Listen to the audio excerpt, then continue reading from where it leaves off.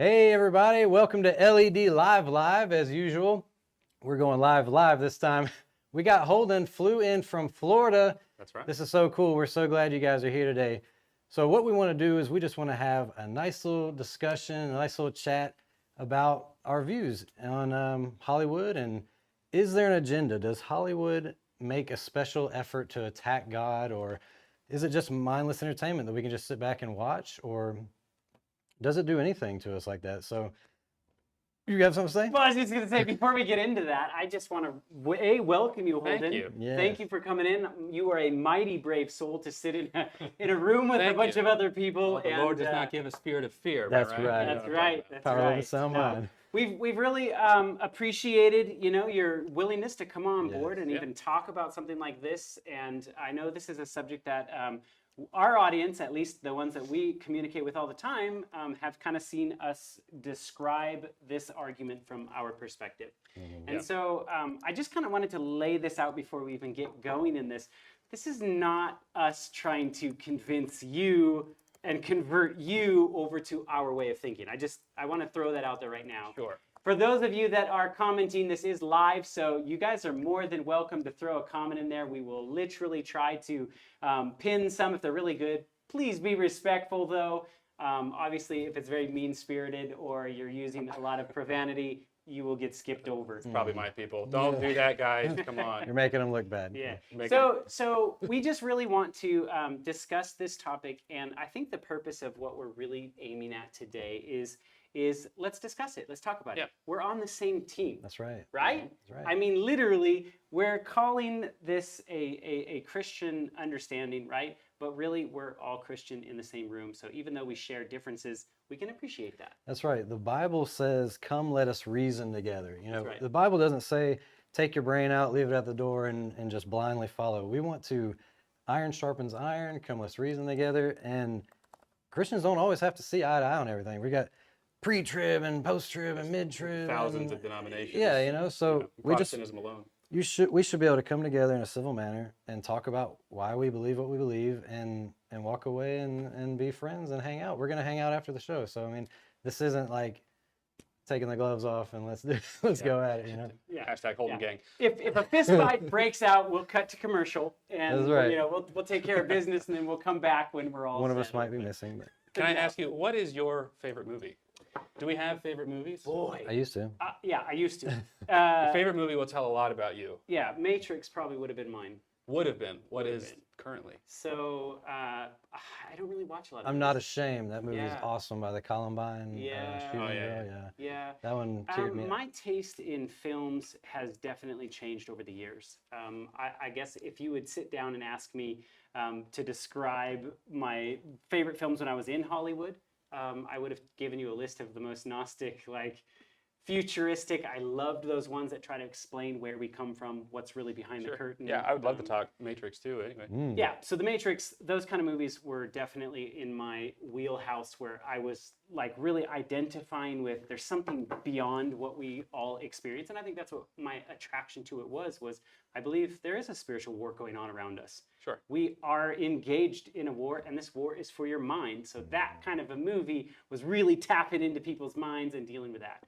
Today, I really spend a lot of time not watching movies, believe it or not. I spend more time with my family, going out. I would actually enjoy doing something other than sitting down and just checking out a movie. So I personally don't watch a lot. Sure. today. Yeah, my favorite movies were probably Terminator and The Matrix. I mean, the whole Terminator saga, the Matrix saga, for sure. I liked a lot of other comedies and stuff like that, but I liked sci-fi, time travel-y type stuff. Back to the Future, classic. Back to the Future, yeah. I remember seeing all those. I theater hopped when those came out. Yeah. What about yours? I was always more of a James Bond kind of guy, espionage, spy. Yeah. Austin Powers? No, maybe not. No, not Austin Powers. Other than that, Matrix would have been on my top list. That was probably, let's see, that was in 1998 when that came out. Yeah, So 98. I was graduating high school. I had been into the martial arts for 3 years by that point. So it was just like you get done with the movie and you're just like, you don't want to kick somebody's tail. So yeah. I liked guns. So if it had guns in the movie, that was like my thing. Isn't that interesting? Equilibrium. Yeah, like the more crazy weapons and like in the Matrix, when they're pulling out this slow motion and stuff just blowing up. I mean, that was one Yeah, of it. those are revolutionary like shots and special Yeah. effects and everything too. Yeah, the Matrix like on all of our list, I guess. So Now- what was yours? Interesting. Yeah. Interesting. What would you? Probably two. If you're coming from my channel, I love superhero movies. Spider-Man 2, directed by Sam Raimi, is pretty high up there for me. Aside from that, would be a movie called The Count of Monte Cristo, starring Jim Caviezel, I remember that. Guy Pearce. I've seen that. It's classic. It's For what reasons? for The Count of Monte Cristo. Sure. I just love the story. It was written by Alexander Dumas, the book anyway, and I just love I think it's a timeless story of that guy who is wronged and he wants that revenge, and he meets the priest, and the priest is like, you have a purpose and stuff, and he's like, I've given up on God.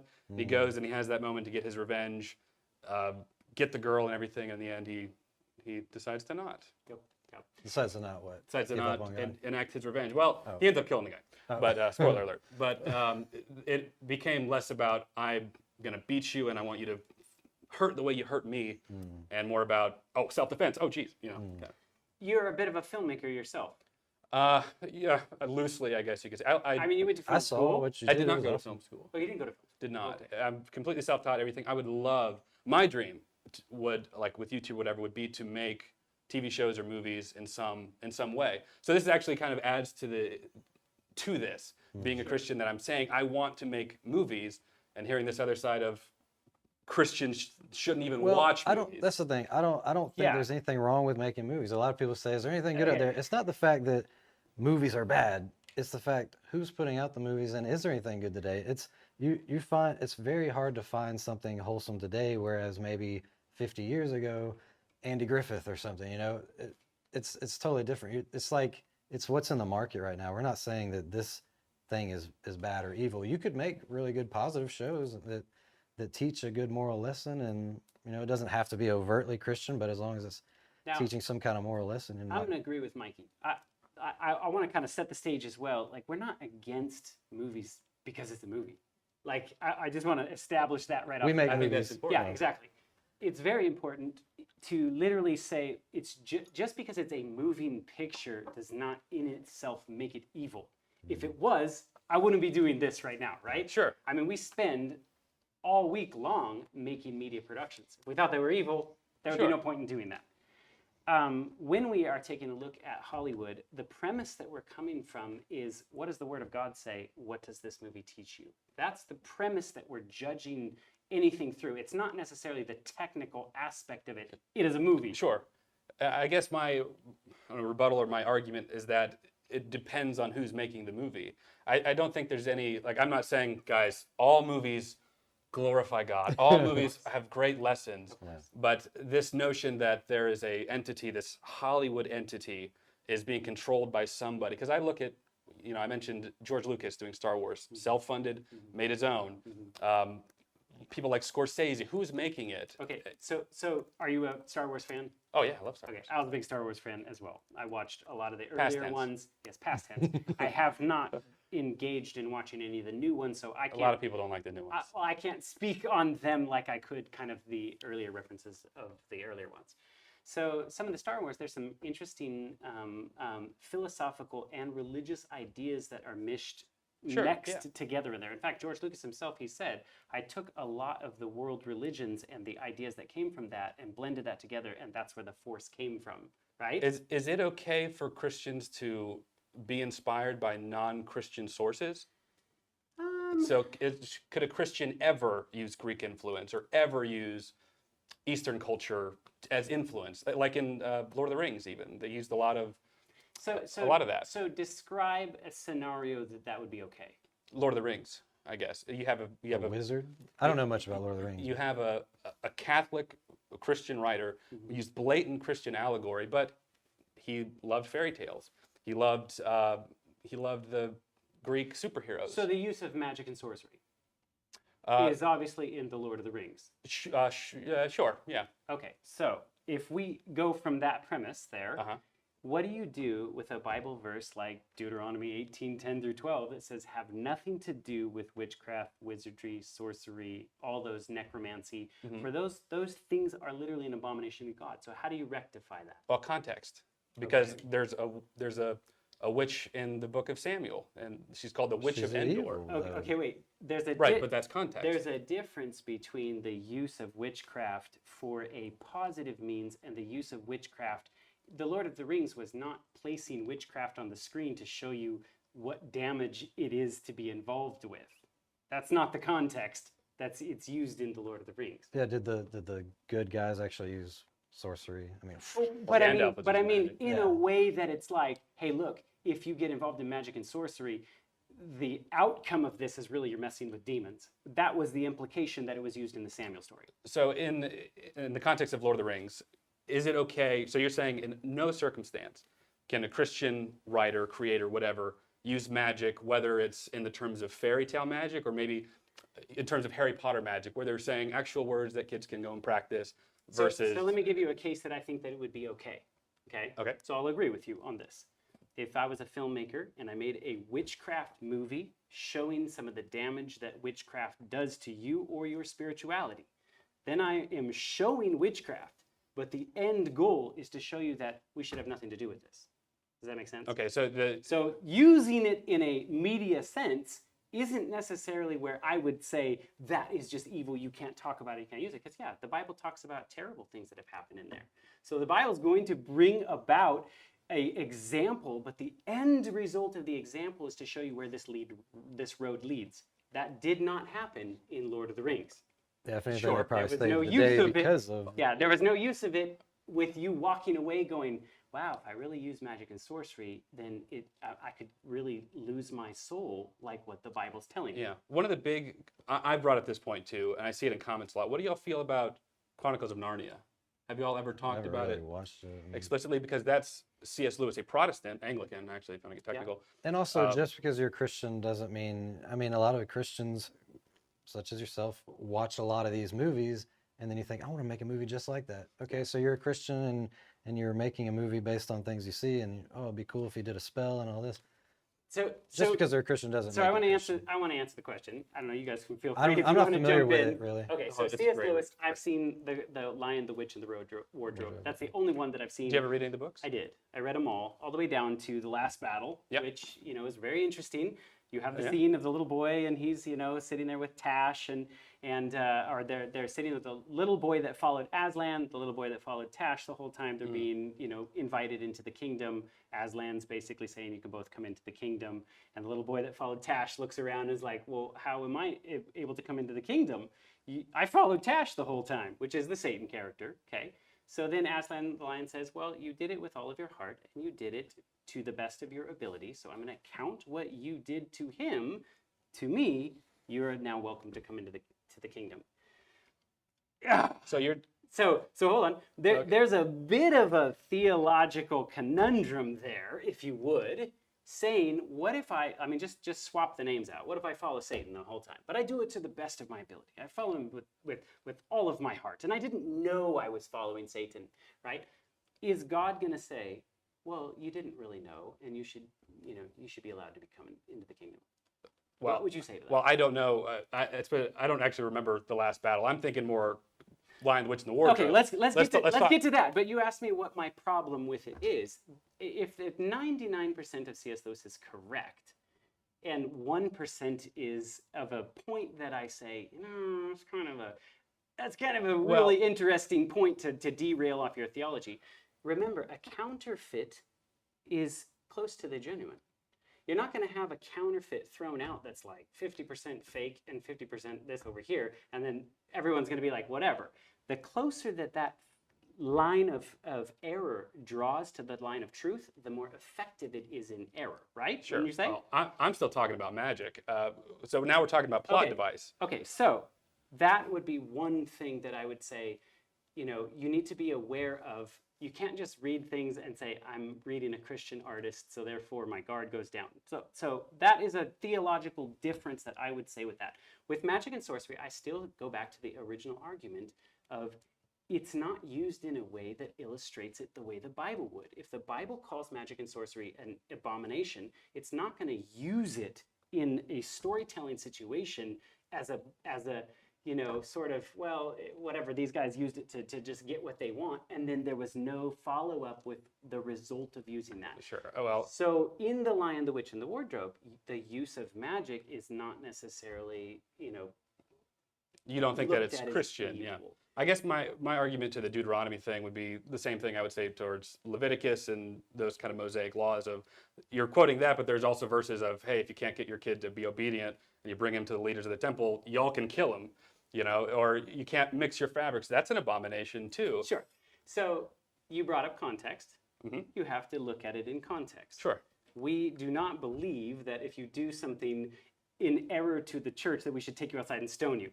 We don't believe that. But that's what the Bible says. Would be my point. Yes, but here's what's interesting to me about the Christians and the Christians' argument in the use of, well, that's Old Testament stuff, right? So we're not going to talk about that. Well, we can talk about it. Let's talk about it. Well, let's talk about it, right?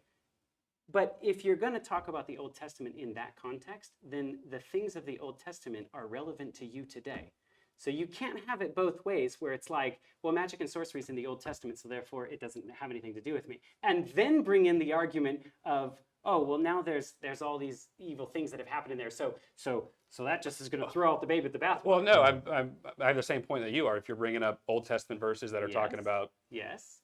magic, So- very Yes. minimal What verses if talking about we it. Oh, wait. didn't use an Old Testament Yeah, reference, and Revelation. we went to the New Testament. The Ephesians, when they were converted, they brought all their books of magic and sorcery and they brought them to be burned. In other words, they weren't supposed to have anything to do with that anymore. And so it's not painting magic and sorcery in a good or positive light. So if those books are burned by the people's own volition or will, they're recognizing, hey, there's a difference between what I've learned from the teachings of Paul and what's in these books. And these books are not leading me down the path that would hold me to Christ. They're leading me down a path that would take me away from Christ. And so they have the books burned. It's consistent with what was taught in the Old Testament, and it's consistent with other New Testament references. So magic and witchcraft and sorcery was never supposed to be a part of our Christian experience. In fact, if you go all the way back into Genesis, when you have the serpent is acting as a medium. And the Bible condemns mediums and channels and things like that. It was never supposed to be a part. Essentially, it's a counterfeit for prophecy. It's a counterfeit for God's voice. And so we were never supposed to listen to that. So yeah, stories that portray it, I choose. Of course, we don't tell anybody, you have to do this. That's not my business. You do whatever you want. But I choose not to for those reasons. I simply looked up the word sorcery, and there's all kinds of the book of Acts, Revelation talks about neither repented of their murders, nor their sorceries, nor their fornications. Do you think that any whoremongers, sorcery, all that? Revelation talks about the final deception being of a sorceress nation, or a sorceress. Deceiving the world with all yeah, the sorceries. deceiving you that, said. Revelation 18. Okay, can we put a pause in the conversation right now, because there's a lot of confusion happening in the chat right now as to what's going on, who Holden is as a guest on the show, Oh, the okay. different man, perspectives. we Go ahead and jumped- introduce yeah, yourself. All right. We jumped right into this. I hold an Intro introduce- Just really what is the perspective of each side, Sure. so Ah, they there can you go. understand Oh, yeah, that. we didn't set Because that there's a up. lot of discussion happening, and it seems to be a little conflicting where a lot of the guests on that we have on the show have similar views as us. So just to Thank you clear for that up. moderating. Sure. Yeah. Yes, thank you. Mike. I was gonna say, are you mic'd up? I do want to come back to magic, but yeah, my name's Holden Hardman. I have a channel called Holden Hardman. I do Very original. Yeah, very original. I do mostly right now. It's just kind of movie watch along. So it's me and my girlfriend, or me and a couple of my friends. Right now we're watching superhero movies, so it's actually relevant, I guess, to this topic. I like to make short films. I love movies. I love TV shows. Did not go to school for it. I'm very much self-taught. I never ended up finishing my sentence about I would love to make movies and short films and all that stuff and films. That would be my ideal. I never intended to be a reaction channel. I just love movies, and that sort of was the thing that took off for me. I would always love to create as opposed to consume. I do enjoy consuming movies, and we have spirited conversations, even on my channel. It's less about this is evil or good, and more about what we liked, what we didn't like. This didn't really represent what I was hoping it would represent, or I love the cinematography, but the message was flat, or the plot was flat, or they didn't use this character. So I'm a Christian that loves film, that loves movies. That's who I am. Cool. Which So we all were. maybe give a little bit of a context to how you actually heard of this ministry, and then we can talk about how you even ended up in this room. Sure, yeah. So I did, well, y'all did a video called Marvel Not Satan's Endgame. I've said it so many times on my channel now doing my videos. Where basically I guess the YouTube algorithm saw fit because I have a Christian videos in my search history or whatever. Christian and comics. Here you go. Yeah, and I do want It served you right. We're gonna- It gave you those two things together. we're going to get into, because I really want to talk about how I think that y'all could utilize this to reach more by going in a different direction later. We'll get into it. Cool. But anyway, so Marvel Not Satan's Endgame, Christians talking about it, and it kind of just brought me back to that.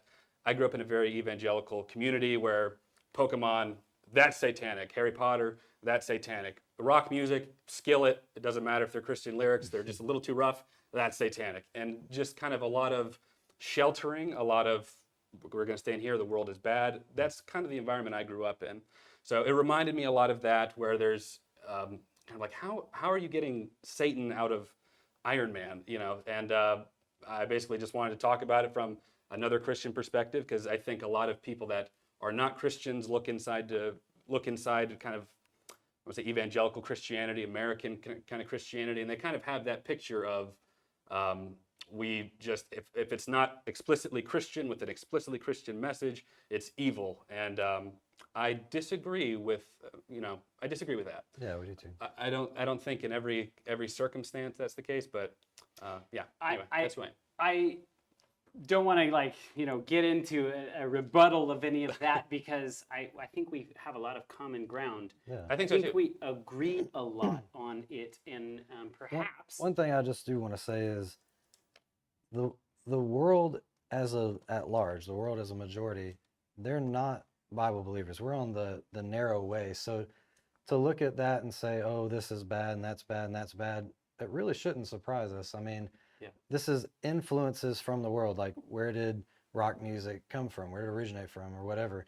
And to just slap a Christian label on there and now it's Christian rock, that's a whole different topic. But I'm just getting at, it shouldn't be shocking, and we shouldn't really look at that and be like, oh, I can't believe you're saying that. That sounds so ignorant. Well, we are on a narrow path, and we're supposed to be separate from the world because the world is not doing things that glorify God. Actually, they're going after the lust of the flesh and all these things. And I would say this is a very interesting conversation because I know I grew up in a conservative Christian home.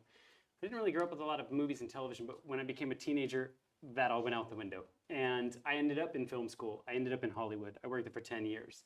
And so my fascination was probably on the obsession area. I then digested every movie that came out. I didn't just digest it once. I just digested it 50 times because I'm looking at the lighting, I'm looking at the acting, I'm looking at the how did they make this. I wanted to be a filmmaker. So what's interesting is I kind of have the reversal of what you had. You came from this it's all evil, don't be involved in it.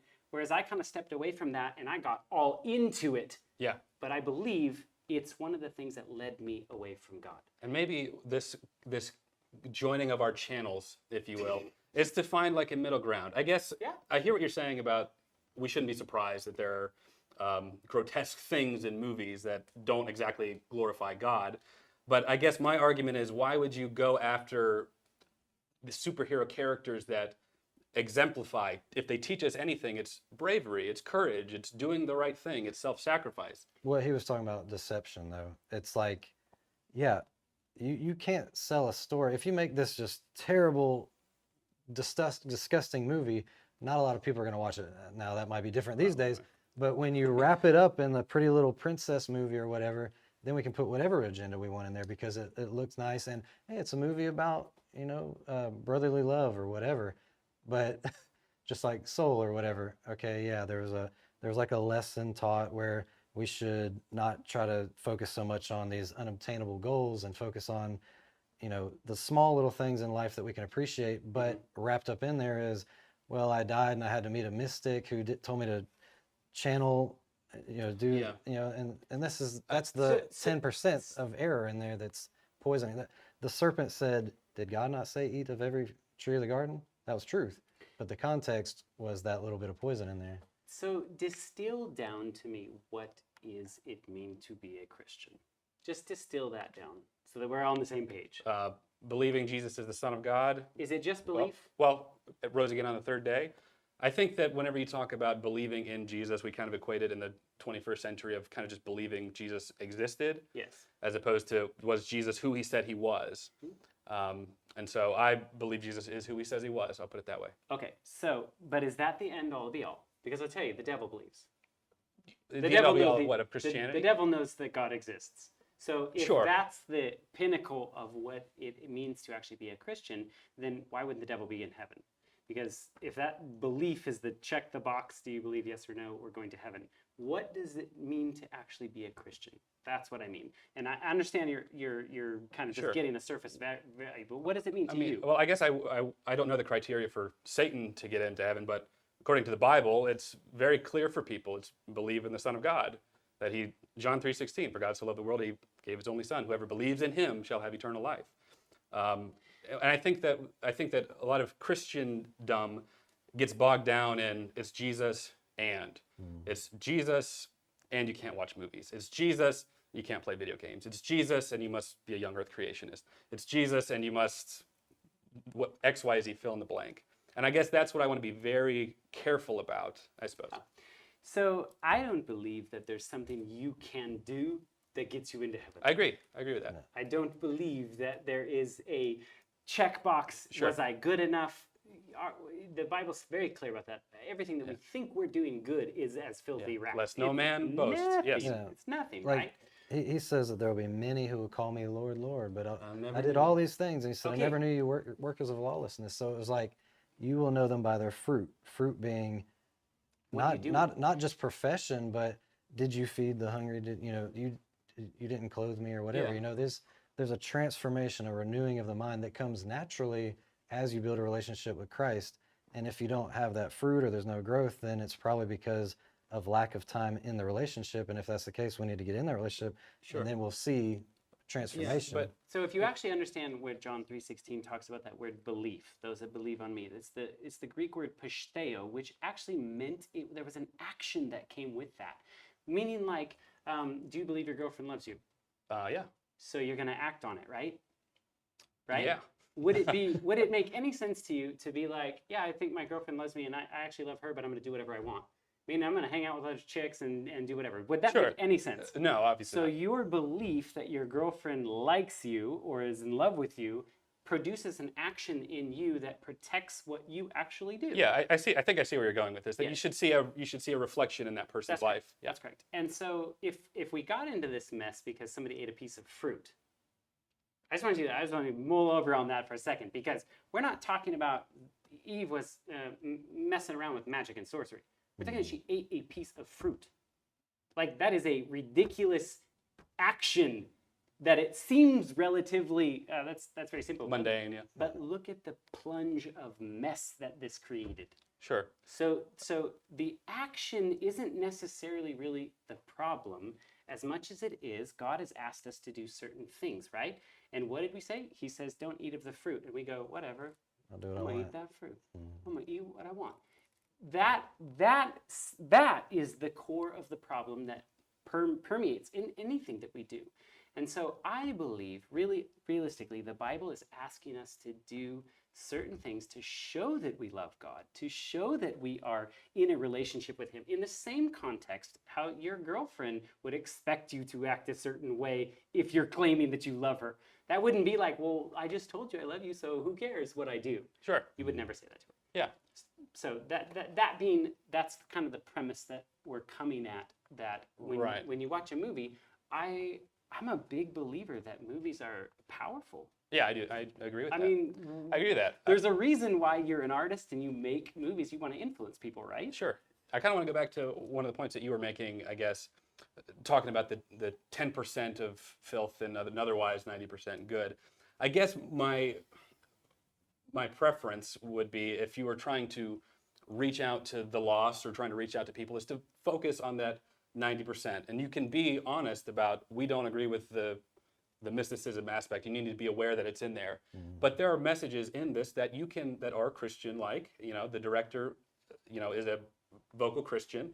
So why not focus more on the good, acknowledge the bad, say this is kind of one of the things that we need to be aware of. You need to understand our stance as Christians.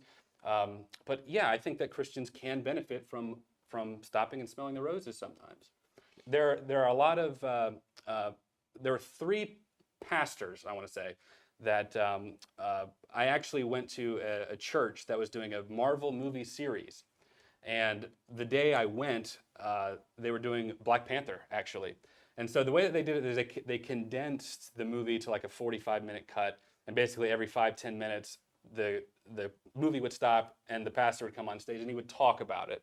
And he would say, what can we as Christians take away from this? Can we take away anything from this? And sometimes the answer is yes, sometimes the answer is no. So there's another one. There's actually a group that does a podcast. It's called Fear of God or something like that, where they take horror movies only, and as Christians watch them, and they talk about it. Even a movie like Saw, which I just watched recently for the very first time, and it's The first time. but I watched Saw with my girlfriend, and even in that, this gore porn nonsense, there's still this message of you need to appreciate your life. And I'm not saying do a series on Saw that it's good ultimately, but I just think that if you're trying to, it's easier to connect with people. Use something that, as y'all are saying, is Hollywood attacking Christians, Hollywood attacking God. Use this that y'all are perceiving as evil, and take it and use it for God. But you're talking about somebody trying to reach the world, as opposed to I'm a Christian, so I'm going to watch this worldly thing and see if I can get anything out of it. Well, I would say one of the frustrating things I had when y'all were doing Marvel, Satan's Endgame, was some of y'all hadn't seen the movies y'all were talking about.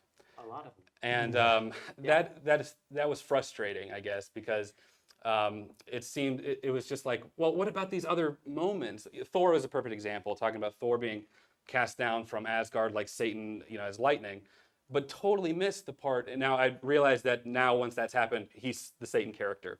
But let's say he's not. But let's talk about that. Is that okay? To have that moment in storytelling, I don't think there's. No, is that okay if he is literally kind of set up as a Satan type of character? I guess I would say that I would disagree on the conclusion that he would be a Satan character personally. He's a Greek god, no doubt. Yeah. Right. So, but anyway, So- let me get to the Jesus stuff. Yeah. Yeah. You skip over this time where Thor, I would argue, is more of a human type, really, and more of a father-son type, less God and Lucifer, and more father-son, because Thor was not doing what he was supposed to do. Got kicked out of the house. I could argue it's prodigal son. He got kicked out. Comes back and he says he's humbled and says, "I was wrong. I will never be as great a king as you, and but I will try." And so why skip the most Christian moment of that redemption and only focus on some obscure interpretation of imagery of him coming down to earth from Asgard, not even heaven? That is interesting. I didn't know the whole story or plot or anything. So does he? It's not like he conquers his dad and he's the ruler or anything like that. He actually humbles himself. Yeah, he does, and that's what I wish the focus would be more. I would prefer if you say we're seeing this symbolism of Odin throwing Thor down to earth, and to me it looks like lightning coming down. But as the story goes along, he can't be the Satan character because he is redeemed, or not redeemed, I guess, in the way that Jesus is redeemed, but in the way that humans need to humble themselves and accept God. There are times where you see. I think sometimes there's a story that's being taught of a sympathy for the devil, though, such as in the Noah movie. Literally, fallen angels helped Noah build the ark and got redeemed into heaven. That movie was trash. Now that's just one that was very blatant and open, whereas we're seeing some more symbolic stuff like Ralph, Wreck-It Ralph, who's a carpenter who lives in a penthouse in the clouds of nice land? That's Jesus, right? He's a carpenter. He lives in nice land. What is it? Wait. So I'm gonna answer your question because you brought up Thor. So let's stick with Thor for a second, so that you understand the premise. When the snake was in the Garden of Eden and talking with Eve, and it said, "Don't you want to be like God?" Please tell me where in that sentence is something evil. I don't know. I don't know where you're I going. kind of want to be like Jesus. You do? I do. Oh, good. I would love to be like Jesus. Is that a good thing? Sure. So the snake telling Eve, "Don't you want to be like God?" Where's the bad part in that? You could look at the snake in the Garden of Eden and say, "What can I draw good out of this story?" But there's nothing good in that story. It's caused us this mess. The implication of that is literally like even the snake didn't really even lie to her, right? Saying, "Didn't God tell you if you eat of this that you will surely die?" Right? That's not a lie. God told them, if you eat of this, that you will die. But what the snake did was he caused this insinuation, this slight shift of focus, basically so that Eve was mistrusting God. Yeah, that's interesting. If I eat this fruit, I'll live forever. Didn't Eve already live forever? I mean, that's kind of an interesting question, She's wouldn't already you say? created in the image of She's God. already made in the image of God. She's already living forever. So you can't just look at the story and say, well, how can I smash something Christian out of this and learn something from it? But isn't that what you're doing the opposite of and saying, can't I look at this and what is... Do you think that you have a presupposition going into movies and saying, this is Hollywood, therefore it's evil? No. So let me give you another example because this might clear this up. Are you familiar with the story of Baal? The god. Yeah, the Baal. tiger, or the god leopard. Baal. The ones that the Israelites were always being tripped up. Remember Elijah went on the top of Mount Carmel Oh, sure, yeah. and said, do you serve this God or do you serve, the God of heaven? Okay, that's Baal, right? Do you know what the story of Baal was all about? Tell me about it. Sure. So Baal was a god who actually went into the underworld and fought a snake god named Mot, right? Conquered. Mot was the god of death. So Baal was called Lord, Almighty, Father. And he was the one that was known as the one that lived in the clouds, okay? So if I were to take a look at the story of Baal and say, what are the Christian parallels here? Because there's even some context, and they only have parts and bits of the story of Baal. So there's big chunks that are missing and stuff. So you can find random retellings of this story, and they're all not going to match up because Baal is not a real god. He is a false god, right? So he's not a real illustration for God. But I find it very interesting that he actually went into the underworld to fight the snake god, gets killed, resurrected, comes back to life to save everybody, and he's known as the Almighty, the Father, the husband, and that. So let me ask you a question. Do you think God says, okay, here's a fake, false story.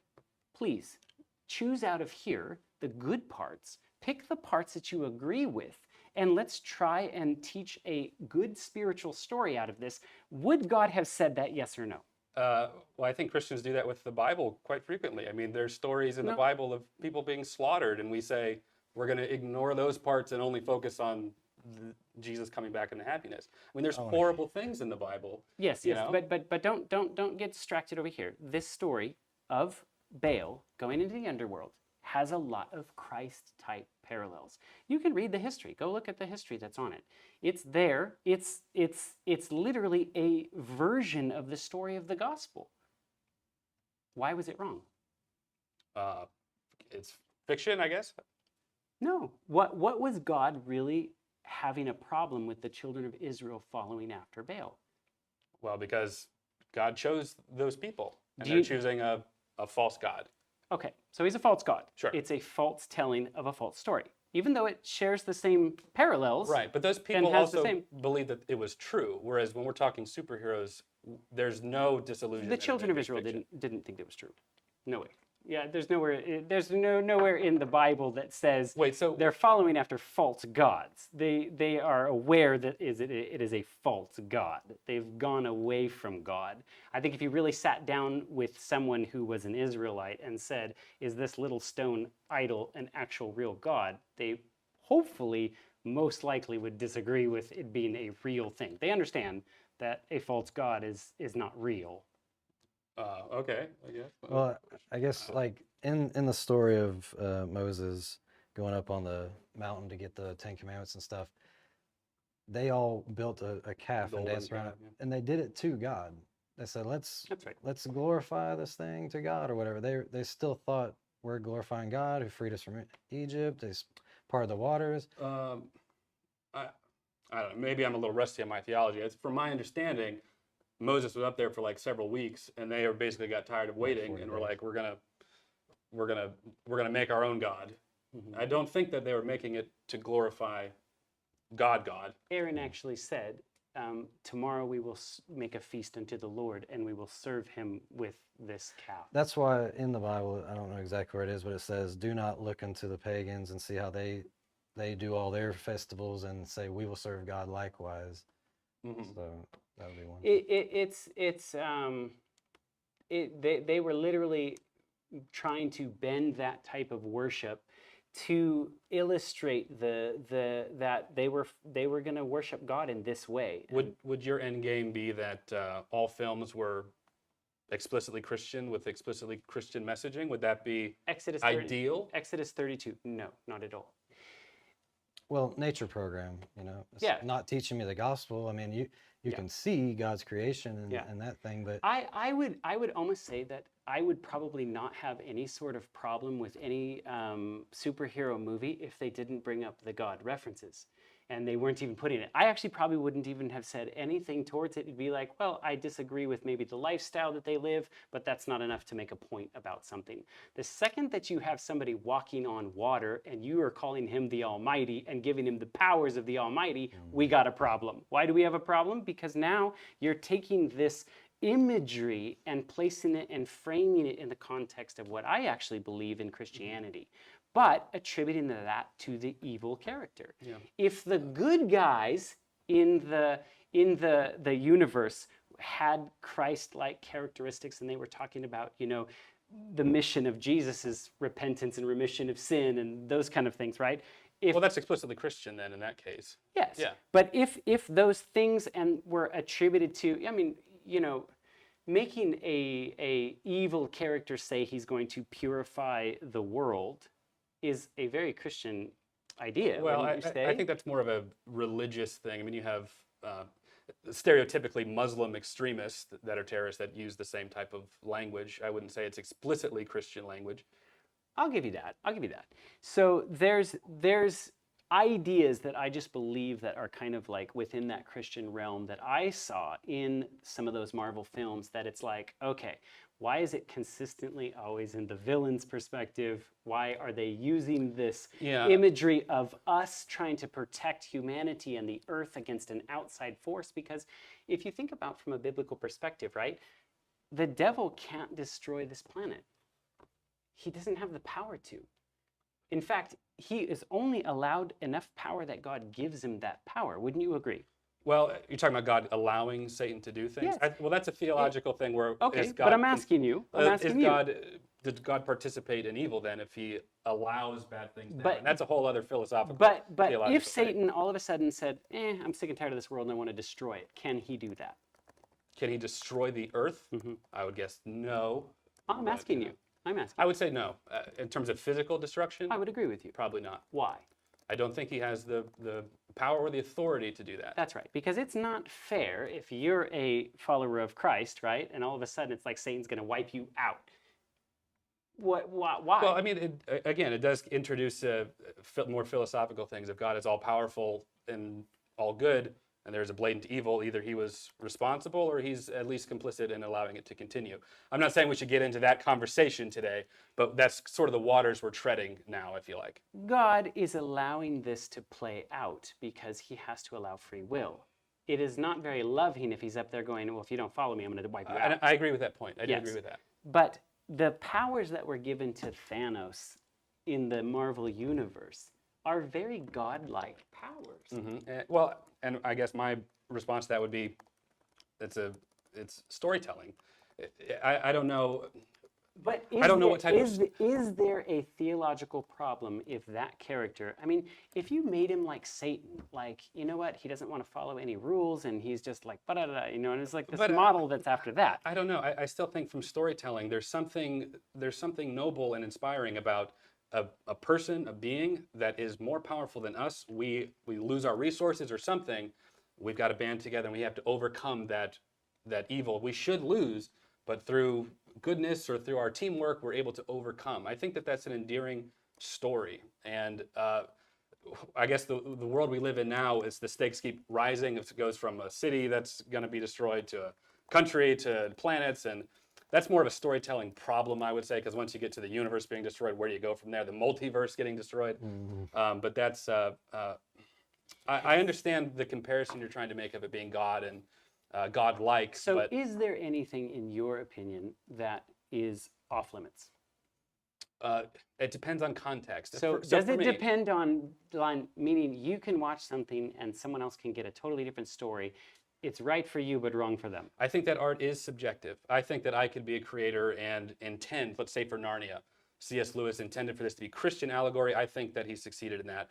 But you talk about how you interpreted the last battle as God allowing somebody that didn't accept Aslan or Jesus into heaven.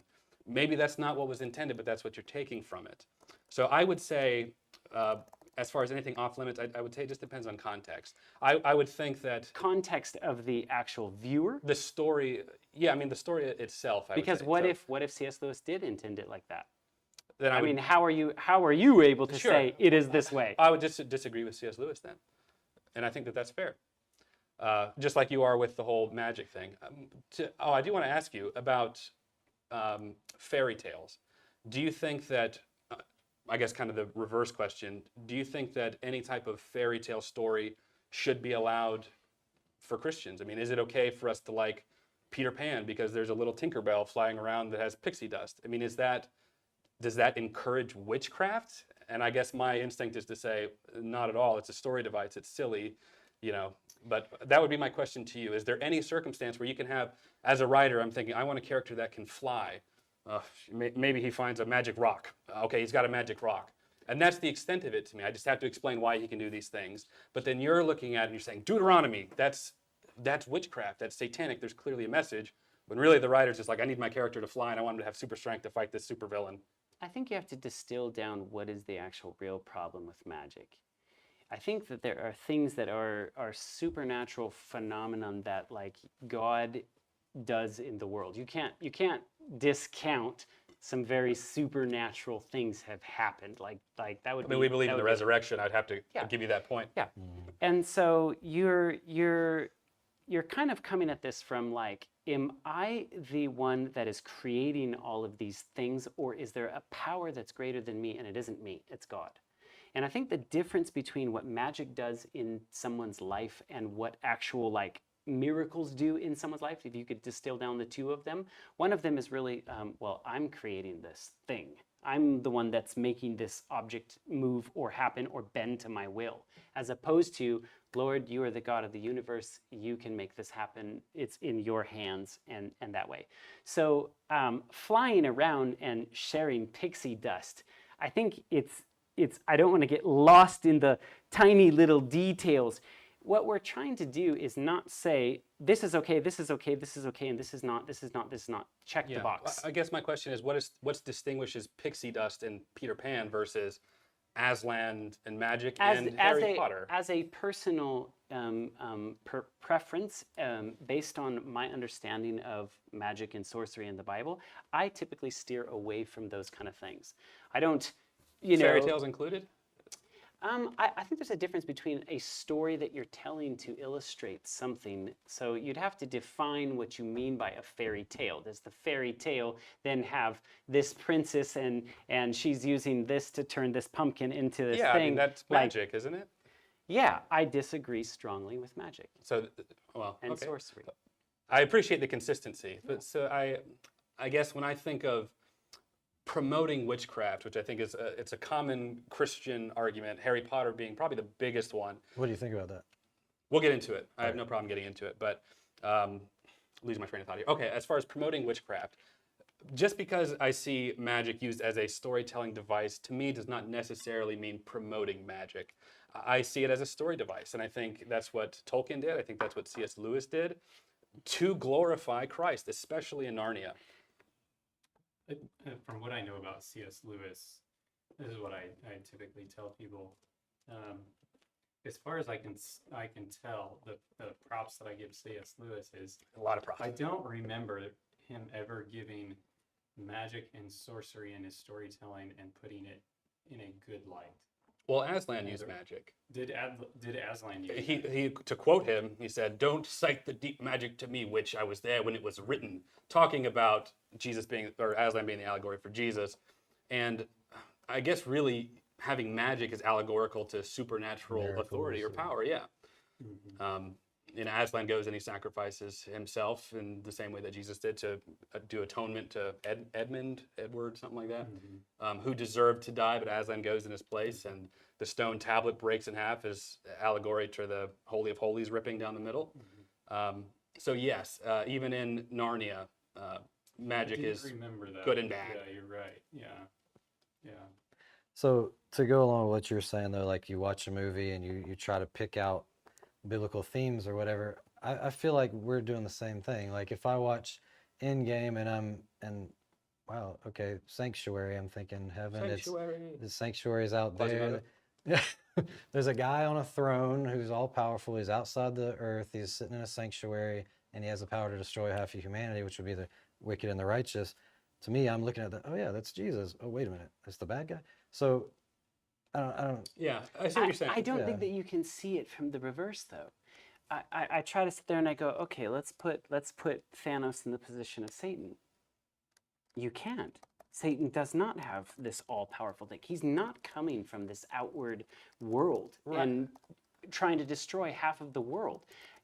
In the end, like what Revelation 20 says, when that city of Jerusalem comes down, Satan is loosed from his prison. He gets all rounds the up an people army. together. Yeah, the whole He world. rounds up an army. Let's fight against that thing that's coming in the sky up here. And it's like that.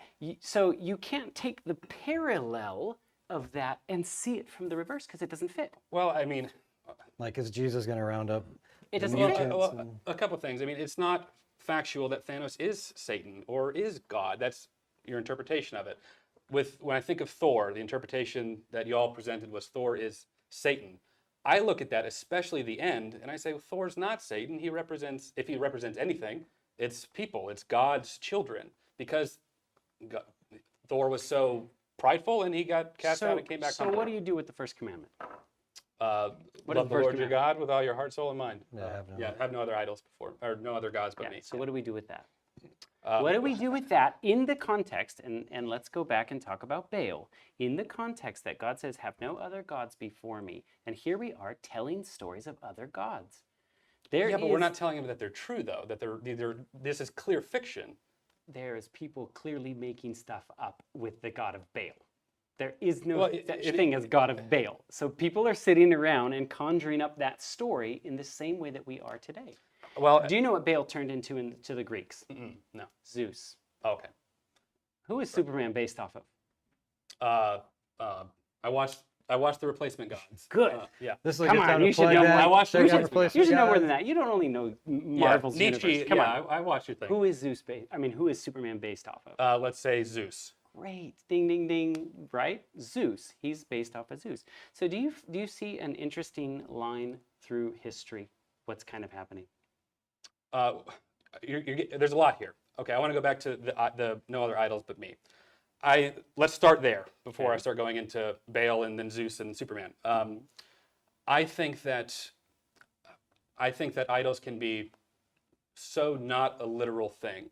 I think idolatry could be worship of movies. I would agree with you. I think idolatry could be even worship of country. Or an ideology. It could be, yeah. I think we would say idols is anything that you place above God, I would whatever agree. that may be. I would agree. Is what I would say. So going back to Baal and it not being real, Superman based on Zeus. One of the things that y'all brought up in the replacement gods was kind of this who Superman kind of morphed into. I've talked on my channel Superman being kind of a Christ-like, having is. tons of Christ-type imagery. That is real in the terms of the creators, even from Jerry Siegel and Joel Shuster. Yeah. That's been consistent throughout the time. Right. They're not hiding that. It's So- not supposed to be something else. That's what they're putting it as. So I would say you're saying Superman's based off Zeus, but are also acknowledging that Christ played a big part in Superman as well. He did. What is Jesus' mission What is Jesus? To save, in the Bible? to redeem mankind, to save mankind From what? from Why is his separation name from God. Jesus? From separation from God. I don't know where you're trying to lead me here to. Why was he called Jesus? What was his mission? To redeem mankind, to redeem From what? from sin, to There you go. be There connected. you go. Matthew 1:21. Jesus is to save. To be called Jesus, to be the savior of mankind from their sins. He will save the people from their sins. I'm not Stop their disagreeing sins. with you, man. Yes, I hear you. no, Preach I agree it. with you. So, where was that in Superman? That of Superman redeeming all mankind. From your moral self. Well, Superman isn't Jesus. He's kind of Okay, wait. allegorical to Okay, Jesus. wait. Now over here, you just said he was like Jesus, and he's supposed to be made He like is. Christ type. We can talk about that. Okay, but he doesn't share in the mission of Jesus. Then that would be, I guess, a way. Well, I would say in the sense that he saves people literally, where I would say Jesus saves people spiritually. Okay, so is saving you literally from some oppressing power that's coming a type of Christ? I think it could be allegorical of Christ. Because Perseus is half God, half man, who was really talked about to the Greeks and the Romans to be the savior of people from the oppression of the day. So isn't Perseus like Jesus? Well, when I think of Superman as being a Yes. Christ type, yes. I think of Superman's personality, his desire to do good and to save people Save them from what though? from danger physically. Okay, so danger physically is what makes him like Jesus. he's also he is a beacon of hope as well. Okay, so my point is, inspiring. is He inspires us to do Perseus- better. Is Perseus a proper context for Jesus? Probably up until the end there. I think the biggest difference that we're having in this discussion is we'll look at this from one perspective, you look at it from another. We'll look at Superman and say, yes, I see people, I understand why people see him as a Christ type. It's blatantly obvious, Sure. right? Yeah, he's You a know, baby. He blatantly comes to obvious. the world, and the directors and everybody have And we're- outward said they wrote him like And that. is that not good? And Why we're not take saying- that and run with it? Yeah. So- We're saying we see that people want this to be a role model as a fictional character or whatnot. I get it, but at the end of the day, it's a very imperfect representation of Christ, and if media helps shape our views, our thoughts, our views to I guess to put it simply, then I'm putting an imperfect in front of me. And you take, for example, Superman. As it's evolved, some of the later movies has him basically shacking up with Lois. Something Christ would never do, right? So I look at that and I say, okay, I get he's supposed to be like Jesus in some ways, but he really is an imperfect representation of Jesus. So Sure. why Well, not just stick with Jesus? fair enough. And if Superman said, "Hey guys, by the way, I'm the Son of God, and you'll only get to heaven through me," then I guess then I would give more merit to that, because Superman is supposed to be also kind of like us, an imperfect person. That's where I would say he's not the perfect Christ archetype. That's where we're supposed to relate to him as people. There was a scene y'all had in Replacement Gods from Superman Returns, where Superman had left Earth for a long period of time to go and explore Krypton and see if it was still there, found it was still blown up, comes back to Earth years later, and he sees Lois, Lois is now all upset because Superman's left and he never said goodbye to her. She wrote this article, we don't need a savior, or the world does not need a savior when Superman was gone. And Superman comes back and he's holding Lois and he says, you write about how the world doesn't need a savior, and yet every day I hear people crying out for one. I don't understand why y'all don't take that and be like, hey guys, we know who the Savior is. It's Jesus, and build upon that.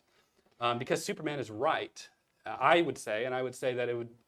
I just think that it would be more effective to take that. Can I answer that? Sure. Why? And here's the reasoning why. When you have a wrong picture of who Jesus is, we know from a biblical perspective that Satan will masquerade as the cosmic Christ. So he's going to counterfeit that Savior type. He's going to look a lot like In fact, the prophecy that a man was going to have a woman, man meaning man in general, Sure. a woman is going to have a baby, and that baby is going to destroy Satan's kingdom. That prophecy was given in the Garden of Eden. And who's present in that scene that literally God is telling Eve, a baby will come through the line of the woman, and it will crush the head of the serpent. The devil's present, Adam's present, Eve's present, and God's present. That's all the Bible gives us, that much information right there. So the devil's sitting back and he's watching this and he goes, oh, interesting. So you're telling me that a woman's going to have a baby that's going to come and destroy my kingdom.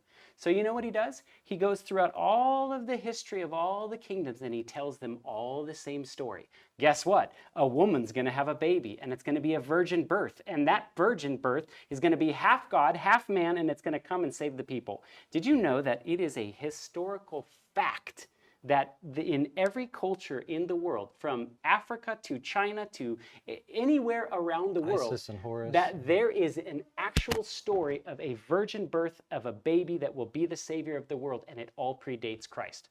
In fact, it's the number one thing that atheists sit there and go, well, see, Christianity just ripped that off. But you're not looking at the context of where that was even first introduced. Where that first came was in the Garden of Eden. You have Jesus, or God, before he became the incarnate Jesus. He did exist before he became the baby. Just want to make that clear. That was who gave the covering to Eve and stuff, right? So he's present. He's the one that gives the prophecy, Adam and Eve and Satan. And Satan goes through and he tells every culture, but he leaves out one important detail. The one important detail is that this person will save you from your moral self. Because all of what we're doing here has to do with morality. All of it. Otherwise, what's the point of this? If it's literally like, check the box, do you believe in God, yes or no? Let's finish this thing and let's go home. What's the point? What's the point of this whole thing? Unless there's something that God and Satan or whomever is watching all this from his character in his people. That's right. And he wants and he has to see it reproduced. love of Christ So spread. here's the problem that I have when you get to Superman.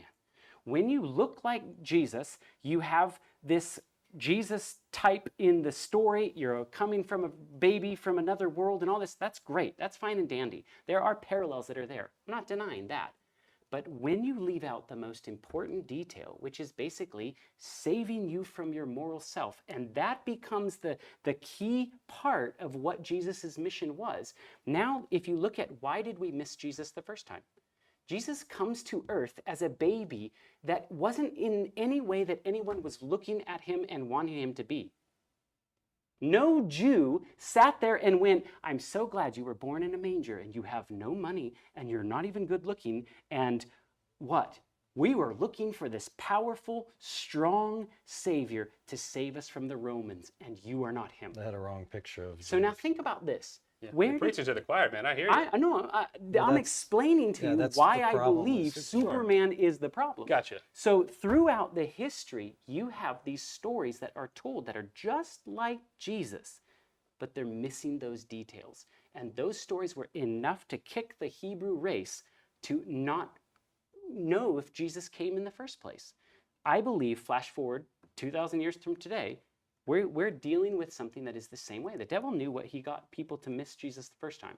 So now, flash forward, Greek and Roman gods are basically repackaged, handed to us today because, hey, all those stories got the Hebrews to miss him in the first place. Now they're handed to us. Jesus is coming again. And I believe that all of these stories are preparing and paving the way for Satan to come as the false cosmic Christ. And people will be disillusioned because they don't have a proper picture of Jesus. That's the danger why we say this. Not that there's these parallels in the story. It's that it sets you up for the wrong Christ. Okay, there's a lot there. I want to let you have the floor, man. Yeah. Let's hear what I don't want to dominate. No, Go. there's a lot there. I think one of the things that we get, I think we always kind of come back to interpretation. I think is one of the things. The way that when I hear you talk about Superman that way, and the big problem with Superman is the moral failing as opposed to Superman's more literal physical salvation. I'd never picture Superman as being as he is Jesus.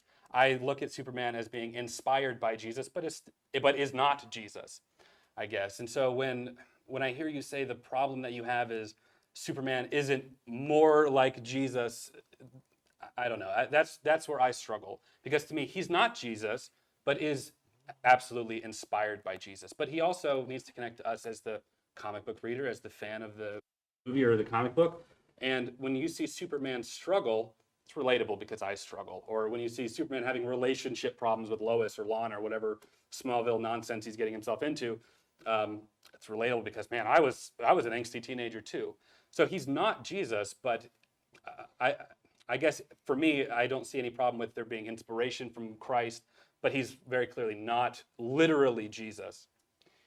And that's our interpretational differences that I think that we have. But the intent here is all of it is imagery. All of it is inspiring us. And I don't think anyone at this table is going to disagree that movies are very inspirational to us. I want to know, when does that cross the line? Right. You're saying, oh, he's got all these characteristics, but I don't see anything wrong with it. When does it become wrong? Because Is there a time that it does become kind of wrong? like I said, like if Superman was literally like, outside of maybe a plot device, being like, oh, by the way, I'm Jesus, I would have a problem with that if they were being like dead serious about it.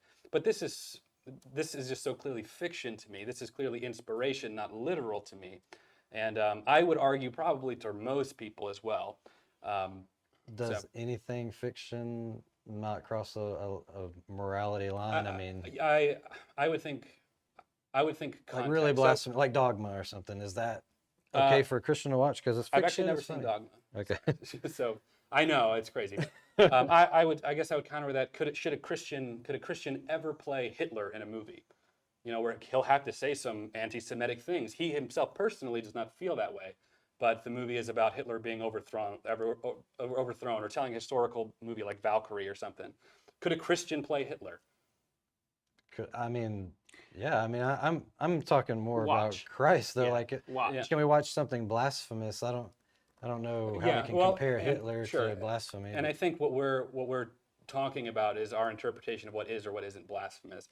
And there are circumstances where I might be wrong, and circumstances where y'all might be a little too critical. But yeah, I absolutely think that everybody has a kind of a different maturity level. I think I talked about this in the Soul video I did, where I had a Catholic friend that I worked with at the hospital. This is a story I told in the Soul video. And we were watching Daredevil at the time. It was airing on Netflix. I don't know if you've ever seen it, but the main character is a profound Catholic. He was blinded and lived in an orphanage, and he would constantly go to his priest for kind of like advice. And he had superpowers. He had like all of his extra senses were heightened or whatnot. And we were watching like the second season, and we were before work we would just kind of catch up on it. And he told me, he said, Holden, I stopped watching Daredevil. And I was like, oh really? Why? And we would talk about the theological stuff too. I loved doing that with him. But he was like, it was just too much violence, man. He said there was just too much violence in it, and it started to affect me. And I totally understood. I totally understood that.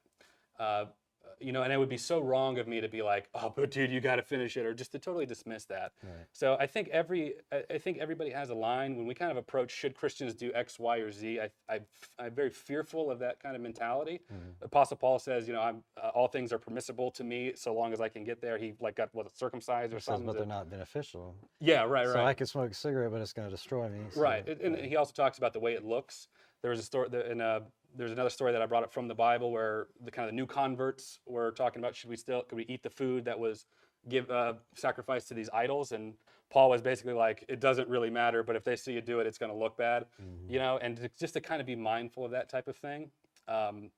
So anyway, that's a lot that I just broke down there too. But what would make something that you should steer clear of? Give me an example of that.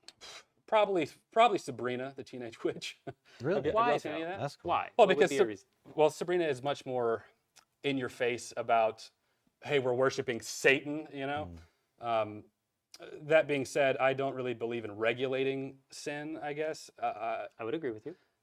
So it's just something that I personally, and I tried watching it. I tried to, I gave it a shot, and I personally did not get anything out of it. I thought it was too much for me because it was so like, I was actually joking with some friends about it, being like, and we're serving the Dark Lord, and they're like, that's kind of ambiguous. Satan. I'm like, okay, well, there it goes. So. Well, so you're okay with Harry Potter because it doesn't overtly say it's satanic, but I mean that I could literally like take the Bible and be like change their name. I would it's say not Satan, it's Pepe or something. I would say you'd have a stronger argument for Harry Potter as to say Narnia, which I think Narnia and like Lord of the Rings is more in that fairy tale pixie dust type of magic, where it's much more story driven. Harry Potter. Here's the thing about Harry Potter. J.K. Rowling has repeatedly said that she is a Christian, and she intended, especially in I the. never heard that. Oh, you haven't? No. I screenshotted it just in case. But she got the plot. If I'm not wrong, she got the story from like a dream or something, right? And wrote it down. It was like a napkin. I don't know the lore So of Rowling. think about that. A lot of times people She are was like, Mormon. well, a lot of times people are like, so you guys just think these people are sitting around in a smoke-filled room, like how we're going to deceive the Christians? And we're like, no. A lot of them say, I got it from the spirit realm, or I got it from a dream. So how can you justify? No, she's a Christian. She would never write that, but she's literally writing a story about something she had in a dream, and where'd that dream come from? I don't know about the dream aspect of it, but from an article I read actually on the plane over here, she was talking about, especially in the last book, The Deathly Hallows, where you have Harry kind of taking on this explicitly Christian role of. You've never seen Harry Potter? Dang it, man! See, I can't. That's why we need context. Anyway, so they're going around destroying these things that Voldemort has kind of put his soul into. So they're trying to destroy Voldemort, who's the bad guy, the Satan type. He's kind of like serpent or something. Yeah, actually, yes. Interesting. Well, there's so much about Harry Potter. Anyway, we find out that Harry himself is the last piece that needs to be destroyed in order for Voldemort to be destroyed. Long story short, Harry gives himself up to sacrifice himself, gets killed, has a resurrection stone, comes back to life, they fight, and Voldemort is defeated. That's how it ends. Rowling said that it was actually inspired partially by Narnia, because Aslan does something very, very similar, but that this was, Christian allegory. Harry represents Jesus sacrificing himself, coming back. And but coming back through a magic stone, not through his father. Well, but magic is the driving the story element of that universe. That this is just a like universe. in Soul, there was a resurrection, but it wasn't through God. It was through mystics doing New Age channeling and The story, whatever the story device is, I guess in Soul. But in Harry Potter, there's magic, and in Harry Potter, the magic is much more of like a I don't know. There's like rules, I guess, to like what works. And so what I'm doesn't wondering, work. like, when it crossed the line, though, like I can put my faith in this magic stone and resurrect. I can actually do New Age meditation and channel my crown chakra and come back. Which I know in your video you said like, oh, I guess I think yoga is evil.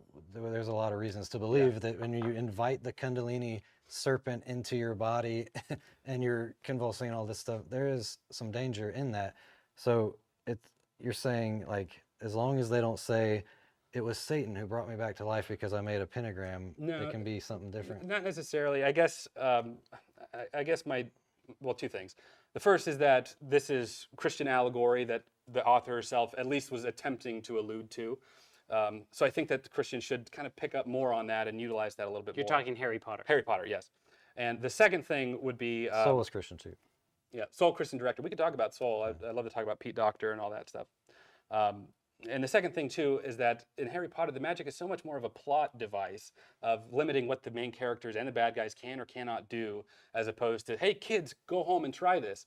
I think Sabrina, and I could be wrong, I haven't watched all of Sabrina. Just from what I've seen, I didn't get anything out of it. More like shock value. I think it's more of kind of like what y'all are worried about, that it kind of encourages maybe to try that. But if you actually go to Barnes & Noble and you find Harry Potter books, there is very real books, very close conjunction to where those fictitious books are. I mean, there's real sorcery books. I've even actually gone through, I don't have a screenshot of it here, but I've gone through and screenshotted. Here's a real book. Here's a Harry Potter. Yeah, but I mean, I could say the Bible is next to the Quran in the religious section. It doesn't mean that they're... Right, but that doesn't discount the fact that could this potentially lead some people into a realistic involvement with real magic and a sorcery. lot of people in Wicca just right like now whetting admit the it. appetite and walking them in. I think That's think what The that Craft there's a did for danger me growing that. up. I grew up Yeah, I think when I was there's a a Oh, that teenager movie, when The The Craft Craft? came out, the Yeah. first one, and when it came out, it You made go it look look, into it for real. And yeah, the hot Craft, chicks doing realistic looking magic. I want to get into that, you know? yeah, and I actually recently saw The Craft. The So first one or the reboot? I think it's the first one in the 90s. Yeah. Yeah, You know, that's the so first one. Oh, anyway, I would say you'd have a much stronger point with that, where they're talking about how. And that's why we cool don't it talk is. about those, because it's But- like, I hope that's but- obvious. But Yeah. even in The Craft, where they're looking how cool it is, Mm. there was still a big repercussion at the end, where For one person who kind of was an extremist, but as And the- long as you don't yeah. get too extreme, it's good. and that's a fair point. But my point is that even in movies, secular movies, where they're practicing with seances and stuff, there's almost always a negative consequence that coincides with it. But as long as you're standing inside of a pentagram, it's protection from evil. So that's the thing. It's like people say, well, a pentagram is protection from evil. Yeah, but why you need to be protected? Because you're messing with the stuff. Sure. And I'm not saying go and do these things. I'm just Yeah. saying that even in terms of the secular movies, they're not like, hey, do a seance and then everything is great. There usually is some sort of negative, entertaining consequence for the viewer. I think if it was to be boiled down to what makes something good or what makes something bad, I think that movies have the potential to influence you. Absolutely, yeah. Okay, I so agree. we're all in agreement on that. Yeah, sure.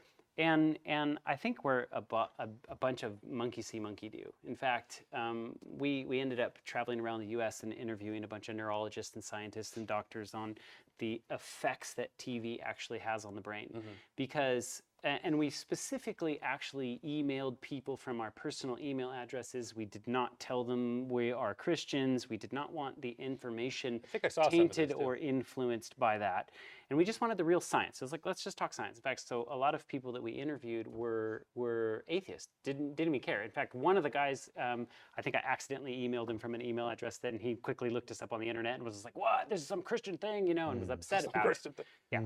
So when I kind of started to understand how are we influenced, and I started to really wrap my head around it, we looked into the advertising industry because there's so much influence within that business. And basically, how advertising really works is familiarity with their product, right? So the more that you see their product over and over and over again, that's why they make little kids' toys like a tractor and it says Ford on it, because they're hoping that that Ford will be branded into that kid's mind. And by the time that child gets to be older, they are literally going to be a Ford driver, Ford supporter, okay? So whether or not you agree with this is how the science works. No, So it doesn't matter.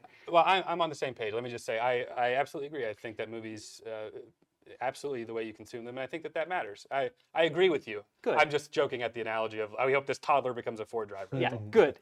So I think in the same way, when I kind of started to wrap my head around how the industry works in advertising and how the brain works, how we are just literally soaking in images and they're going into our brains, and you know how when you watch movies, it's so much information coming in. You're really not watching the movie off your frontal lobe. You can go look at fMRI footage of it. They put people in the fMRI and show them a movie. Your frontal lobe is shut off. You are watching the movie from your limbic system.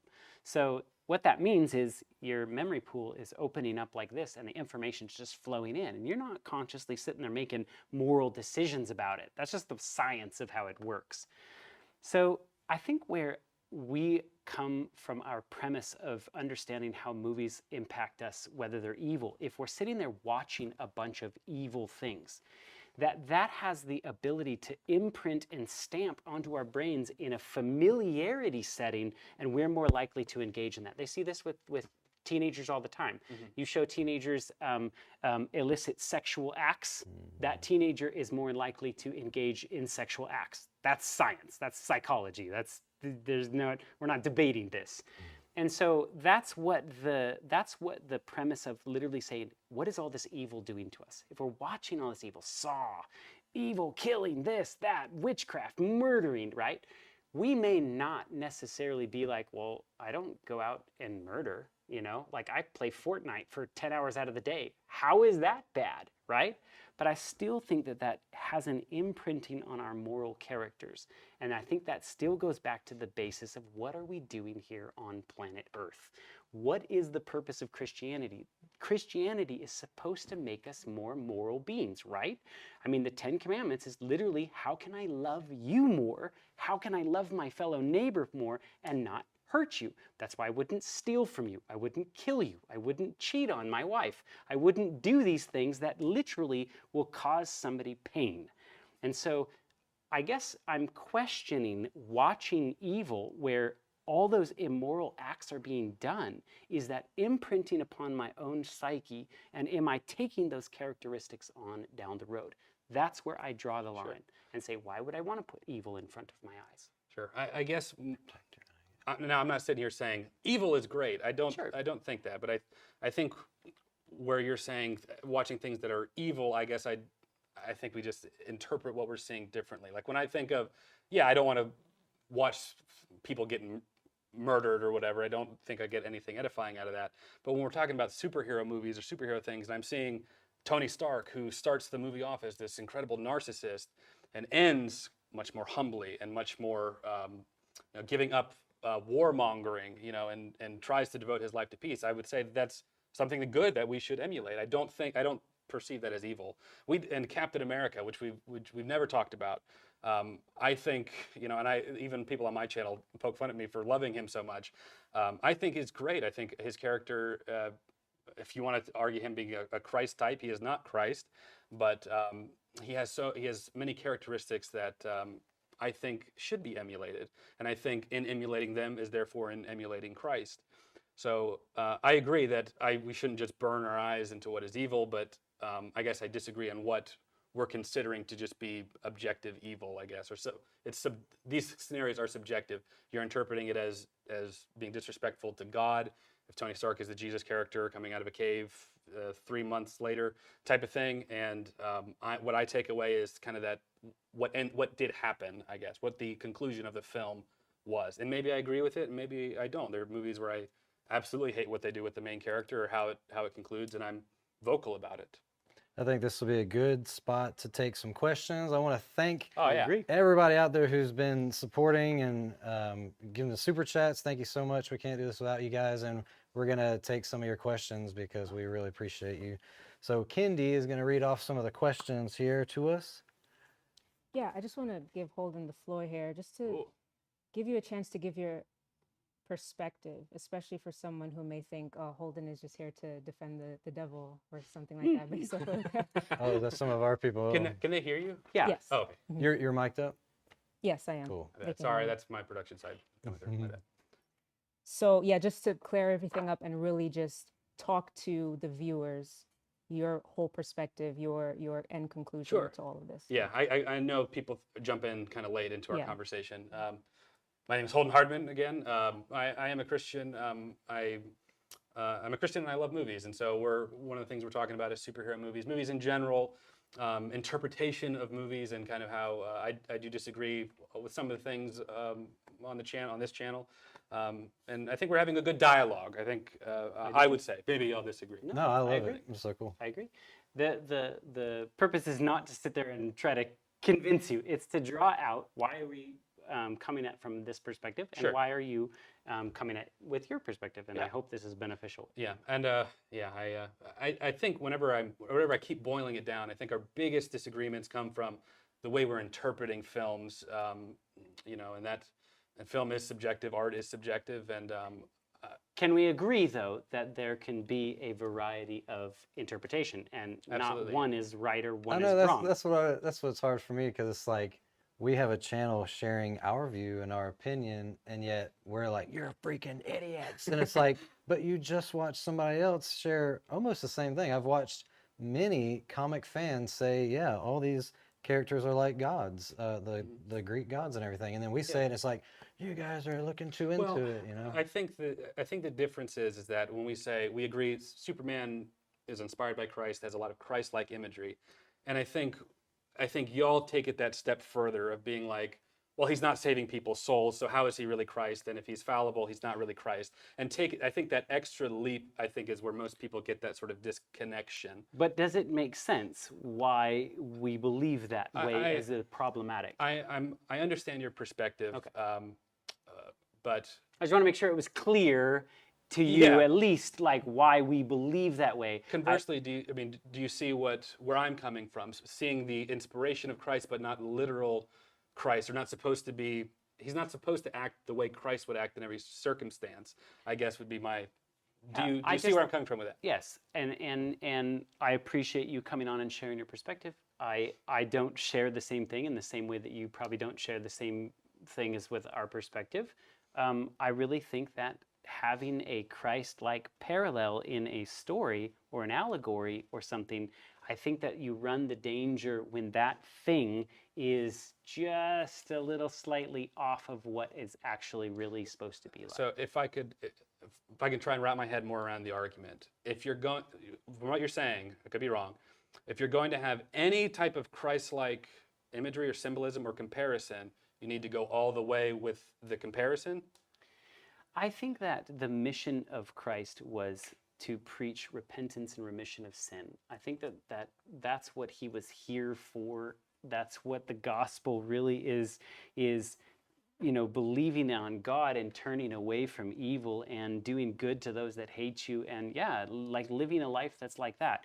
If you walk away from a movie like that with those kind of concepts, those things are pretty hard to sit there and combat and say, that's just straight evil, you shouldn't be doing that.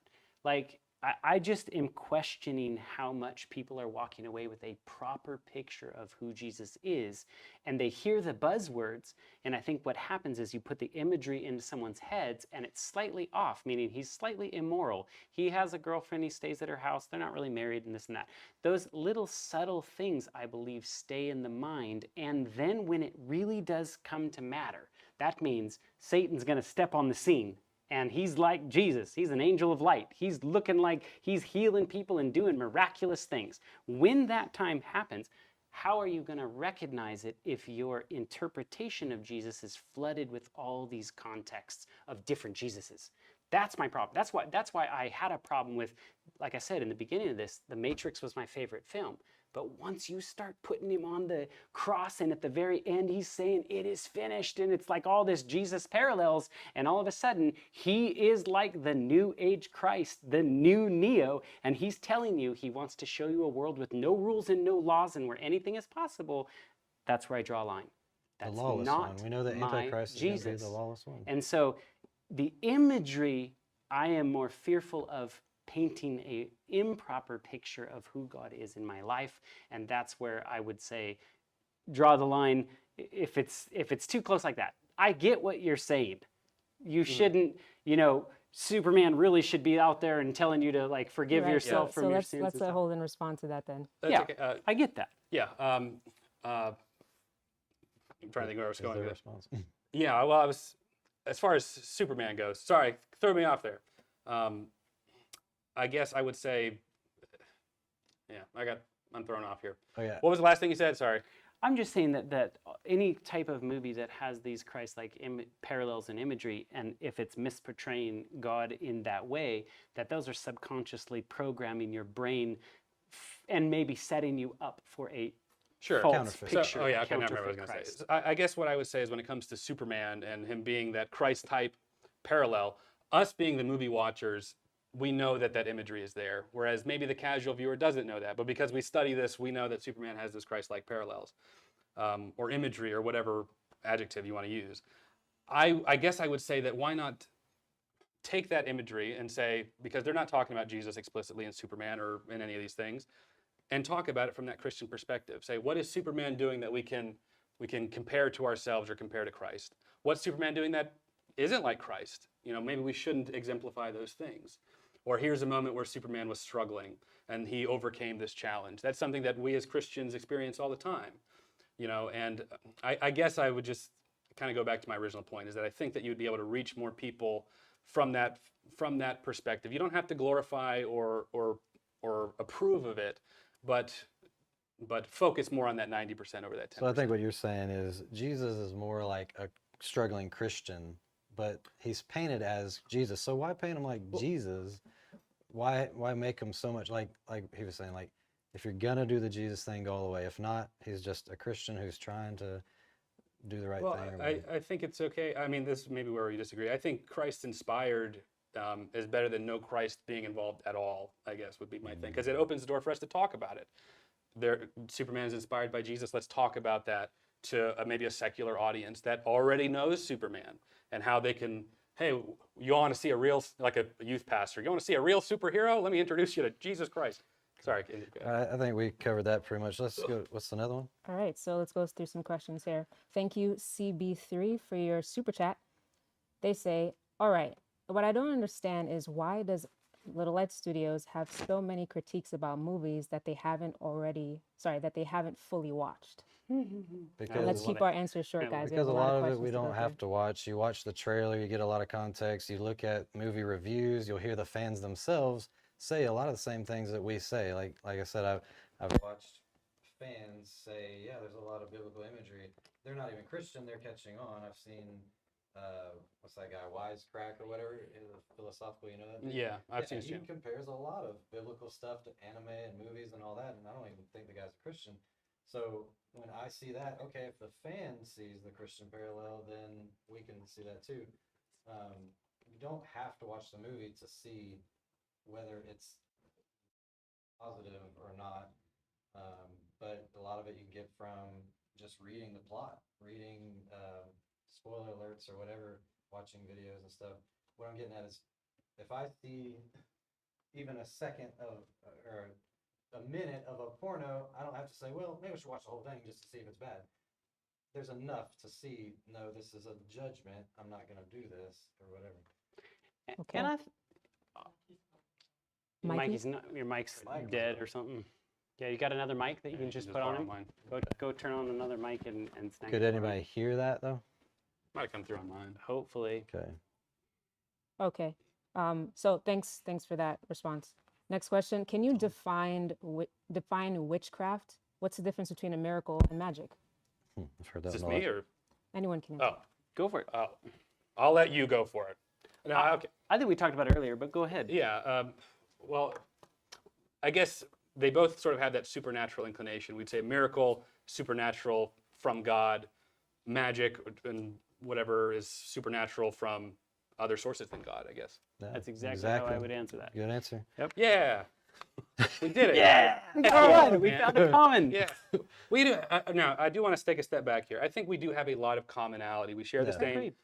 I agree. Passion for Gatorade Zero. Yeah. A lot of we're all Christian here, but I think there's always going to be disagreement theologically or philosophically among well, look, Christians. we have a passion for analyzing movies. Oh, we yeah, I just love look at movies, a different way than Yeah. you do. It doesn't. We wouldn't have Never owned invited them. you if we didn't, agree with allowing, this is the freedom that we have in a free country, a free society. I think that censorship is lame. I really do. Yeah. If how patient God is with us. If you want to believe in Satan and be a Satanist, you have the freedom to do that, and God allows you to do that. And I believe that we live in a country that you should be allowed to do that. If that's what you believe, you should be allowed to have that and that voice. Once you start crossing over and hurting people, now we got a different problem.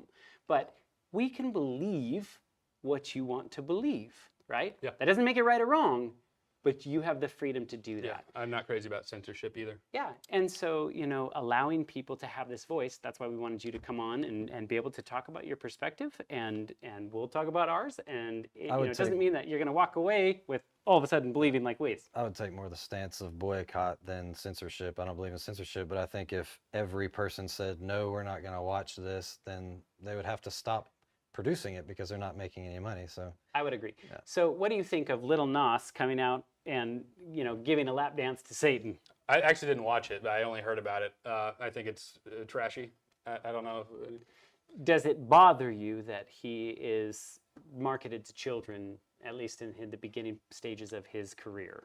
I don't know anything about Little Nas. I don't listen to rap. well, it's country rap. or country rap or anything. I'm familiar with it. I'm not surprised. I will say I don't know about him being marketed to kids or not. When it comes to kids, you'll be happy to know I'm much more conservative, I guess, as to that. Well, that's who our target. Yeah. We Yeah. have a burden for the youth. I mean, Yeah, so I am an adult. My faith is secure. I could watch Saw, and I'm gonna come out, no, that was a really crappy movie, or hey, at least I like where they were going for, or whatever the case may be. I'm not worried about that. A child, I don't think, is at that maturity level yet. So I'm much more concerned about what they consume, I guess. So I've never liked music kind of glorifying drugs and materialism and stuff. And maybe you'll be happy to hear this. I've never liked that, especially when it's marketed towards kids. So yeah, there you go. is there another one, Kendi? Yes, there is. Speaking of faith, actually, the Bible has both evil and good stories. So why should movies be any different? So, yeah, yes, the Bible has a lot of evil stories. There's actually a lot of terrible things in the Bible. And a lot of people that we uphold biblically as role models that did very terrible things. God is even credited with being, in some people's mind, a very terrible person because, he wiped out entire nations. That God of wrath, Old Testament Yeah. type of thing here. But there's a couple of distinction points. One is God is the creator of the whole universe. And so, being the creator, he's also the judge. He has the prerogative to judge and meter Execute out that. and execute judgment because he's the one that created everything. So, the other point, though, about there's all these terrible things in the Bible, so shouldn't we just make movies about that? Well, the Bible isn't necessarily glorifying all of those things. A lot of things that are written, there's a difference between being descriptive and prescriptive. So a lot of things that are written, it's not telling you, yeah, you should do that too. Mm-hmm. It's just telling you, yes, this historically happened. So an example of that, King David, he had a guy murdered and then took his wife. That's a descriptive event. The Bible is not saying you should do that. Obviously, it's against the 10 Commandments, 2 of them. Thou shalt not murder, thou shalt not commit adultery. So that's something you have to take into account when you're reading the Bible is this descriptive or is it prescriptive? Is it telling you to do that? Or is it just telling you what happened? Thank you. Yeah, the All right, moral so in the end. I'll just keep it to one because we have a lot of super chats and I'd like to read all of them. Sure. I don't want to butcher your name, but this is a person from South Africa. Holden, I'd like you to respond to this. Okay. They say poison kills even if it is mixed with delicious food. Yeah, Superhero you said something similar about lemonade. And Mm-hmm. Superheroes are deceitful even if their stories are inspiring. Jesus is the only real savior. Everything else tries to distract us from him. I guess I guess my thing would be their superheroes are not literal, they're not real, they're not factual, they're fictional. G.K. Chesterton, it's a quote I've said before, fiction tells us that, fiction exists not to tell us that dragons exist, it tells us that dragons can be beaten. And I don't think that superheroes are trying to tell us that there are literally men flying in the sky. I think they're trying to tell us that men can overcome insurmountable odds. So anyway, that would be I don't know if my mic's working, but what about a Luciferian who believes in Satan, worships Satan, and has a children's coloring book and gives it to your child, and you ask him, he's like, well, I don't really, or I don't know. What if somebody doesn't believe in Satan, like Satanists? They'll tell you, we don't believe in Satan. He's just like but they give out satanic propaganda, and you believe in Satan. So what I'm getting at is, you're saying Superman's not real. I don't expect him to be real, but where do you draw the line? Like, so Superman's not real, but the value in superheroes, I guess, would be that they're not real, but they teach real lessons, I guess, and many of those lessons are very Christ-centric, especially Superman, especially Captain America. As far as the Satanists, most Satanists don't even believe in Satan. Most Satanists are actually atheists, and they typically they're typically more of a political organization than a religious organization. So if they pass out a comic book that's like super Satan, and to them it's just fiction, man. Why are you tripping? Well, I think that they actually are there to provoke. You know, if they knew I was a Christian giving me satanic material, they're kind of hoping for a response. And then if I'm just like, oh, okay, thank you, and kind of got rid of it. But why wouldn't you just be like, oh, thank you, because you believe? Well, yeah. Well, to me, I don't think my kid would get anything out of that. I don't think that it's appropriate for a child. So when the superhero is based off of real Greek gods that people worshipped, it's the same thing, right? Well, this comes down to belief. I don't believe in the Greek gods as being literal gods. And I know that you're going to have all sorts of people being like, well, what about the Christian God or whatever? But again, I'm much more conservative when it comes to children and being able to distinguish that. And Which is why I use that example, because so a little more guard on it. and well, in my defense, if a stranger hands me any type of material to give to my child to color, I'd probably just get rid of it regardless. Well, I'm saying if a person gave your child a comic book that was Superman who's based on Zeus, you'd say, oh yeah, go for it. But if it was Super Satan, who the person giving it to you doesn't really believe in Satan, no, it's fiction. Let them read it. Why aren't you letting them read my comic book? Well, for Yeah. Little I think the question would be, can you pull inspirational good things out of fiction? Do you guys hate fiction? Do you think fiction No. can be used in a good way? No, we talked about that actually. Like, there's a show on Netflix called Go Dog Go, and I actually seen one of the episodes, and it was these dogs that talk and they're building cars. So it's fiction, of course, it's a cartoon, and they're building box cars. And one set of dogs were like, yeah, we're gonna read the rule book and build the car, and the other ones are like, no, we can do it or whatever. And the ones who won the race when they did it were everybody else's cars like fell apart. The ones who crossed the finish line and were like, yeah, we won, they followed the rules. So it's a fiction. It's not even Christian. I think it's based off Dr. Seuss even, Go Dog Go. But there was a moral in there that you get a better outcome. You can cross the finish line if you follow the rules. I don't see anything wrong with that. Okay, There's so nothing wrong with that I fiction. think we'd like to hear both sides. Where is your line of distinction? What would you think is good fiction versus what you're thinking is good fiction? Like, Well, this didn't where's your involve line? magic or anything evil in it. no magic, no evil. Okay. I think for me, there is a strong sense of all stories are going to be relatable to us in a certain way, shape, or form. Like we're taking those stories and we're plugging and playing based on our own experiences and our own worldviews and everything else like this. And we're starting to say, the kingdom of heaven is like this, right? It's like a man who goes out and casts seed and does this, right?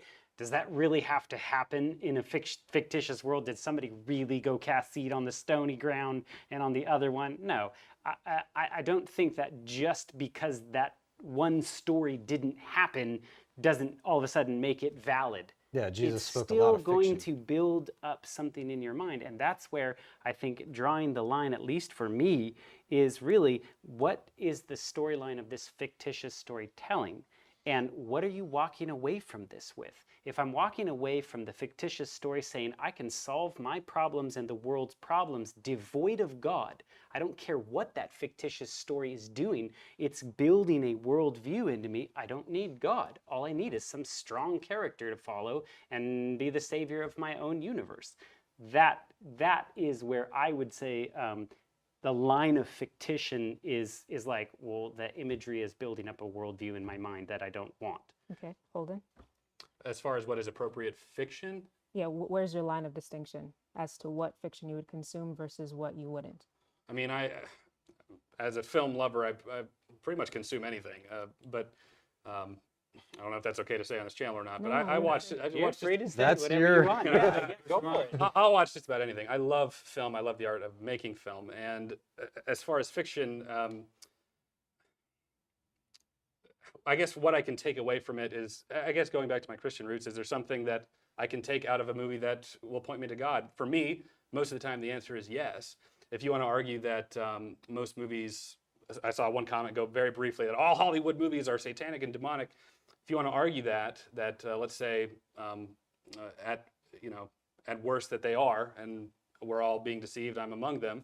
The fact that I can still go in and pull something out, I believe, that since God is the ultimate creator, the very first miracle you want to say is that God created the heavens and the earth. God created. He made us in his likeness, in his image. We are creators like God. And so So I think that God can be seen throughout all of creation, even unintentionally, even by non-Christians, and even by Christians. So um, anyway, that's a long way of saying I think in most cases, intentionally or not, you can almost always find God in some way, and that's what I guess on this channel I wish we focused on more so. To an extent, I see what you're saying in the sense that if I'm a non-believer and I'm crying out to God because I'm at my rock bottom and I'm watching some movie and somehow God opens my eyes to reveal some story. But after that conversion, God can use an ass to talk to somebody. It's in the Bible. He can use anything to reach you, but once he reaches you, he doesn't want to leave you in that state. Sorry, I'm talking loud because I don't know about the mic. I'm not getting that passionate here, but when you receive Christ, he doesn't want to leave you where you're at. He wants to see growth and all that. And I hope you guys can hear all that. So that's the point. Like, I think that, once you're a Christian and you have that message, should you just continue to like watch these terrible things and see, well, is there something good in there? Your mic said is mic's fine, good. Michael. I guess for Oh, good. me, and I've been told my mic is low, so I'll try to talk louder. I guess for me is whatever it is should glorify God. I agree with your point. God gave us the ability to create, and I think that whatever we create should glorify Him. I don't think He put us on this earth to just create things devoid of God.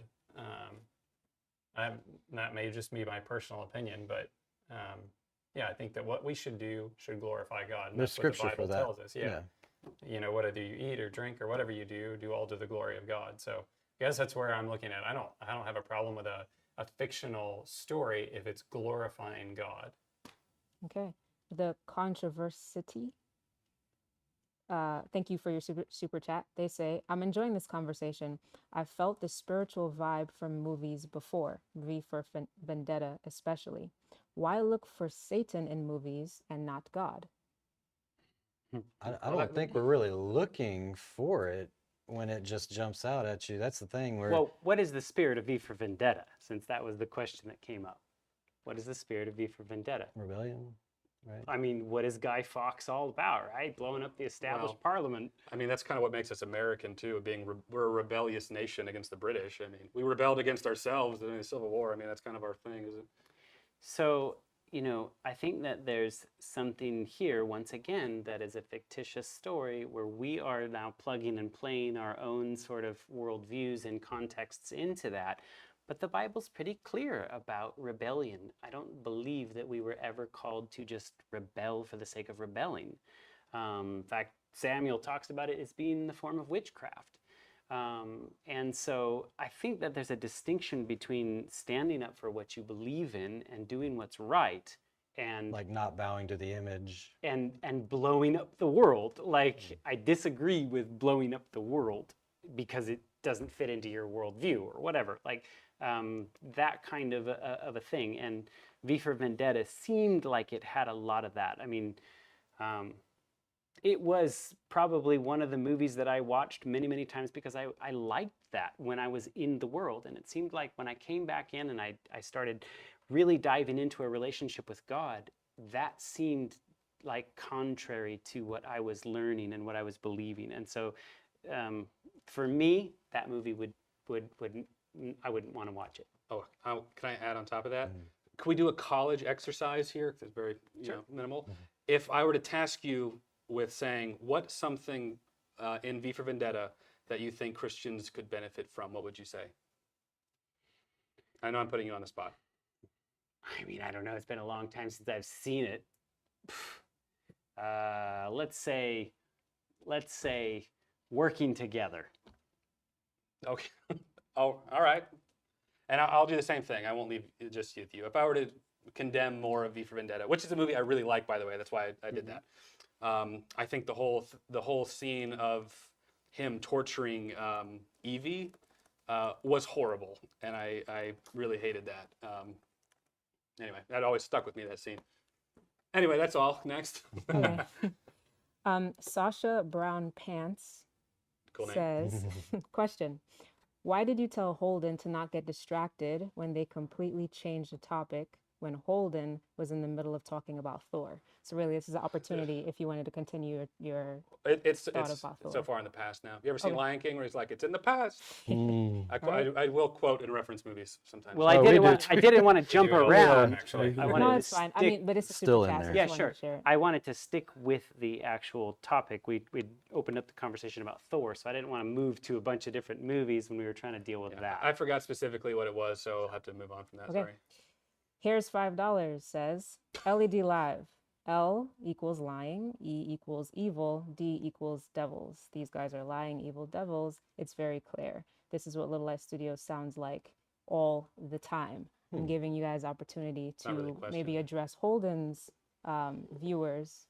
What makes you think they're my viewers? Just kidding. I know. Guys, be You're cool, right, guys. you're right, you're right. Jeez, come on. Apologies. lying evil Address the devils. I don't know viewers what in that general. means. Yeah, I would guess so. For Like, those They who call me that completely too. disagree Like- with your standpoint. what would be the line? I'll actually, I'll defend you guys, okay? I know a lot of my viewers came over to y'all's channel was talking a bunch of crap. I get comments constantly from both atheists and Christians. There's probably some in there. I'm a Satanist, or I'm an atheist in disguise, or I'm whatever I am. I hate God or whatever. I'm going to burn in hell. So I get it too. And I know that clearly y'all are being accused of being devils as well. So this is just a situation you can't win. I get it from atheists and Christians. I want to say you're calling people lying evil devils for watching a movie and showing what they see in it. That's a personal opinion. If you don't accept my personal opinion, that's okay. I wouldn't call it a lie. How is it a lie because I see this and you see this? How do you know that you're not the liar because you're seeing something different than me? I just think it's two different opinions. You can't call us a liar because of what we're seeing. I think it's a good point. We are trying to discuss this, and why we wanted to even invite Holden on here in the first place. It's not like we don't know what you're going to say, No. or your viewers are going to come and say, mean things or whatever like that. Like, we think that we should be able to talk about these things, and we should be able to sit in a room and say, hey, look, we're brethren. I'm going to hug you after the show. I'll hug you right now. COVID. You know what I mean? We are on the same team, and it's okay to have a difference of opinion. We're allowing people to have a difference of opinion.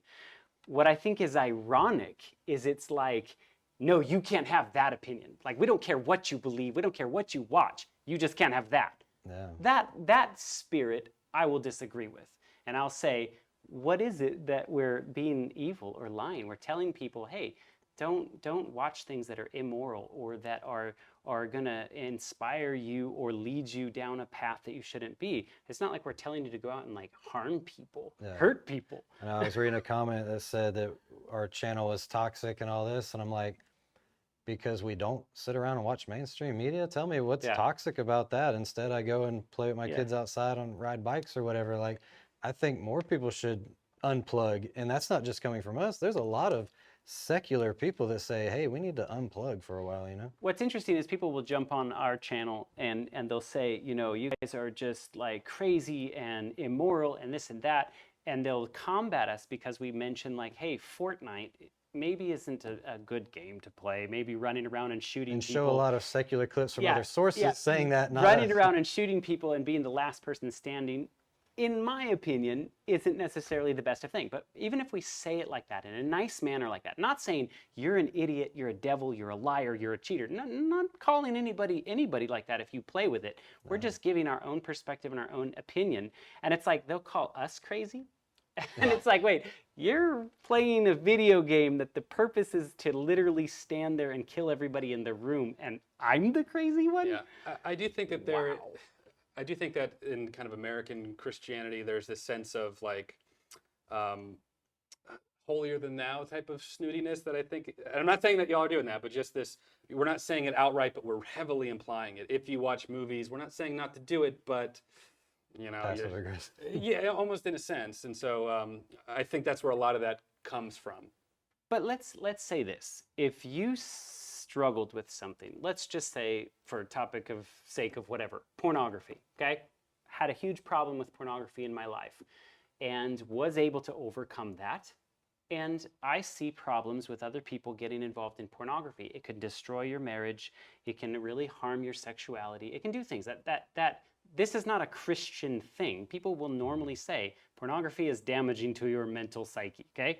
So then all of a sudden I go, you know what? That really harmed my relationship. So I'm going to actually start a YouTube channel that shares with people how this harms their relationships and talk about it from that perspective. I hope that people appreciate the perspective we're coming at from the movies is, hey, I was led astray. I've refilled my life with movies. In fact, if I were to sit back and think of my own experience, I would jump from movie to movie to movie to movie. I'd go to Blockbuster when there was a Blockbuster. You know what that is, right? Yeah, I just watched You're the not last. that young. I watched the last Blockbuster Okay. documentary on my way over. Okay, so there used to be this place called Blockbuster that had movies in it, right? I would go get stacks of them and sit home for 10 hours out of the day. Now, was I reading my Bible? No. I replaced in my own mind the things of God with the things of the world. And I then started engaging in all those things that I saw.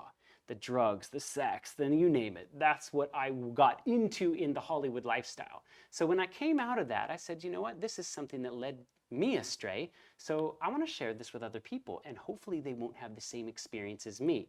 And that's the perspective we're coming at people. Not, I'm holier than you, and I'm just doing It's it like, right, and look, you're not. Holier than you would be like, I'm up here and look at you. Instead, we're saying, hey, I want to help you Yeah, see what I saw. I or was help in the me." trenches over here, and it ruined my spirituality. Please don't go down that road. And that's the perspective that we're coming at people. It's And I like a don't parent think- saying, don't yeah. do drugs because it ruined my life. Stop being holier than thou. No, listen to me. I've been there. I've seen the results. So to answer that question, hopefully that kind of was a long way to get around there, but that's why we do what we do. Not to call people out as evil, not to make you feel less than, not to make you even feel bad for what you're doing. We're sharing our perspective.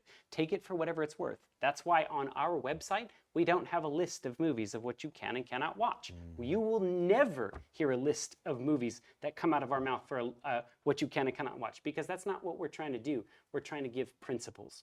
What is a principle that makes a movie something good for a Christian or a bad Christian? And we're not even hiding the fact that we're Christian. If you're not Christian, this isn't the place to start. No. Period. Okay, so I'll read through some super chats and you guys can decide which ones you respond to, okay? Thank you, Red, for your super chat. They say, don't be discouraged, guys. This is a legitimate neo-revolutionary theory. I suggest you guys look up Stan Lee's Gnostic beliefs later on. He believes God is flawed. CB3, thank you for your super chat. The dude on the left in the black shirt, not sure which, My left, your which left. of the three, Black Am I on the left? Yeah, we got 3 black shirts. is under the assumption that everyone who likes comics treat it and worship it like a religion. Wait. Okay, can I respond to that? That's Since it was for you, yeah. since it was directed at me. Yeah. Did I say that?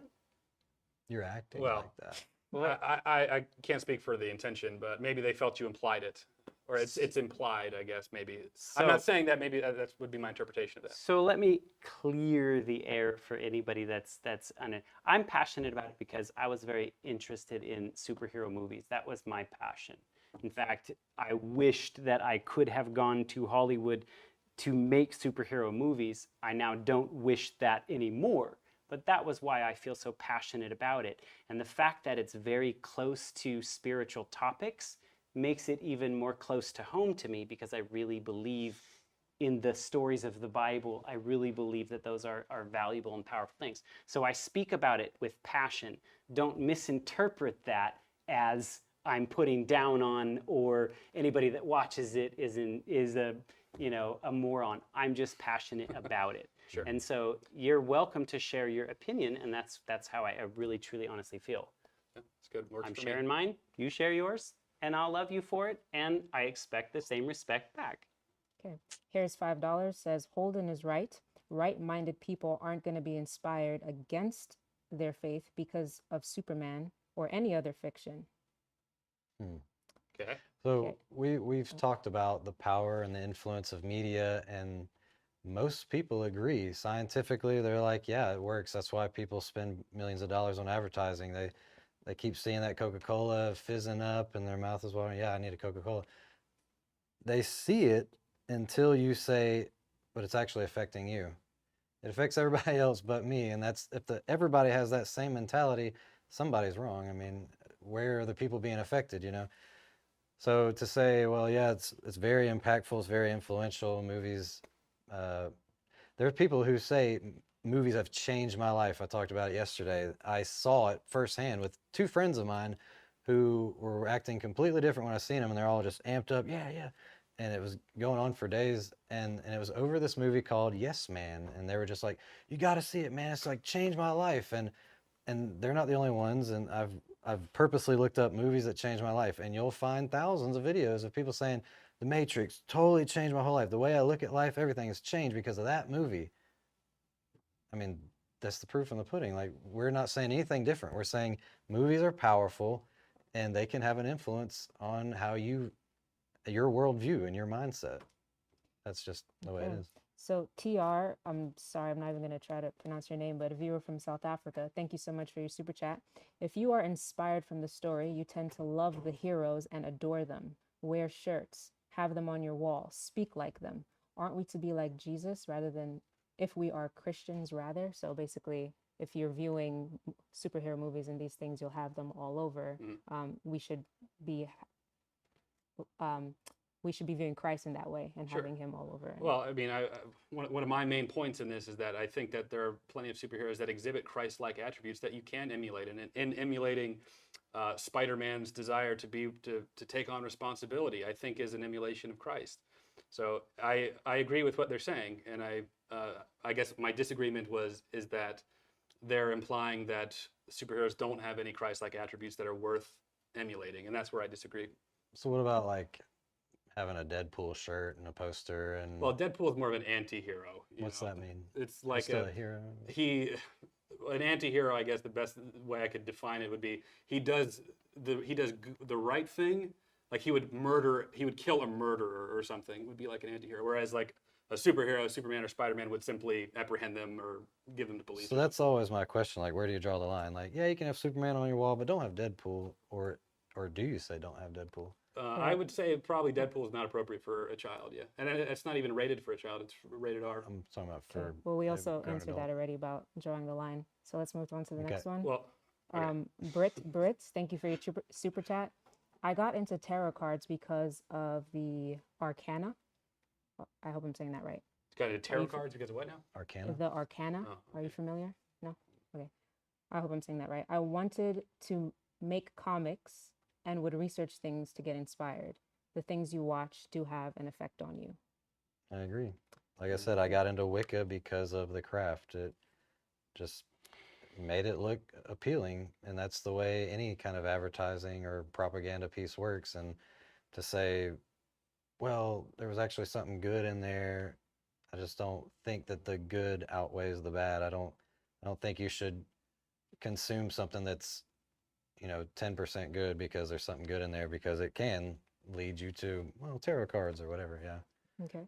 Thank you, Jake Short, for your super chat. It's kind of off topic, but I'll read it.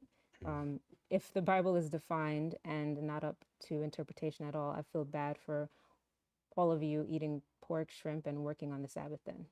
Cool. I'd like to talk about So- that one because I'm a vegetarian and I do observe the Sabbath. It's, there are things, it's all about context. As we said, the Sabbath was instituted at creation. God created on the seventh day of creation. He blessed and hallowed it. That was the seventh day before there was a Jew, before there was sin in the earth. That was before the fall. So he instituted it at the garden. In the fourth commandment, he says, work 6 days and rest on the seventh, the same way that God did. And it refers you back to the creation week. So it's pointing you back. This goes all the way through the New Testament. All the New Testament people kept the Sabbath. Jesus said, pray that your flight not be on the Sabbath. So if anybody says Jesus never mentioned the Sabbath, that's untrue. John the Revelator was in the Spirit on the Lord's day, which is the Sabbath day, because the seventh day is the Sabbath of the Lord thy God. Jesus said, I am the Lord of the Sabbath. So if the Lord has a day, it's the seventh-day Sabbath. I do agree to rest on the Sabbath day, that it's holy. God made it that way. About pork and shrimp and all these things, God said that they're not good for you. They were unclean. These are bottom-feeding things. You are what you eat, right? We hear that all the time. Pigs eat their own feces. Shrimp eat fecal matter and rotting corpses. This is what they're eating. So God has given you a guideline. These things, he really intended people to eat every green herb. There's not supposed to be death in the Garden of Eden. There was no death, right? So they were eating plants. But after the flood, the Bible says take 7 of every clean beast. 7. We always know 2, right? 2 by 2. But 7 of every clean. Why? Because the earth was flooded. There was no vegetation. God was providing food and sacrifice through those clean animals. And guess what? When God said take 7 of every clean animal, that was before the 10 Commandments. That was before the Mosaic Law. That was before Moses was on the scene. So Noah knew already that God must have had some kind of guideline for clean and unclean before the Mosaic Law. And then this also goes all into the New Testament. Peter says, I've never eaten anything unclean as a sheep gets let down. And in the book of Revelation, it says something about every unclean and hateful bird. So Genesis to Revelation, Noah's stories in Genesis, Revelation talks about unclean bird. This is about health. God wants us to treat our bodies as a temple, the same reason we don't drink alcohol, smoke marijuana and cigarettes. You're defiling your temple. God says, hey, guess what? These things are bad, and science proves it. The first thing a doctor is going to tell you, cut out red meat, don't eat pork, blah, blah, blah, is because science is catching up to what the Bible has already laid out as a health standard. And yeah, we keep that health standard. I think a good way, oh, go ahead. Yeah, I want to add to it as well. I usually for most, I would say it's a criteria for Christianity is we have a core belief, and that's the belief in Jesus Christ, as we talked at the beginning. And typically the Great Commandment and the Great Commission is to love God and love each other. And in doing so is the kind of the umbrella of all the commandments, I would say. We typically believe in the Gospels as literal truth. And then kind of after that, we disagree on semantics and things. And that's why you have 1,000 different denominations within Christianity.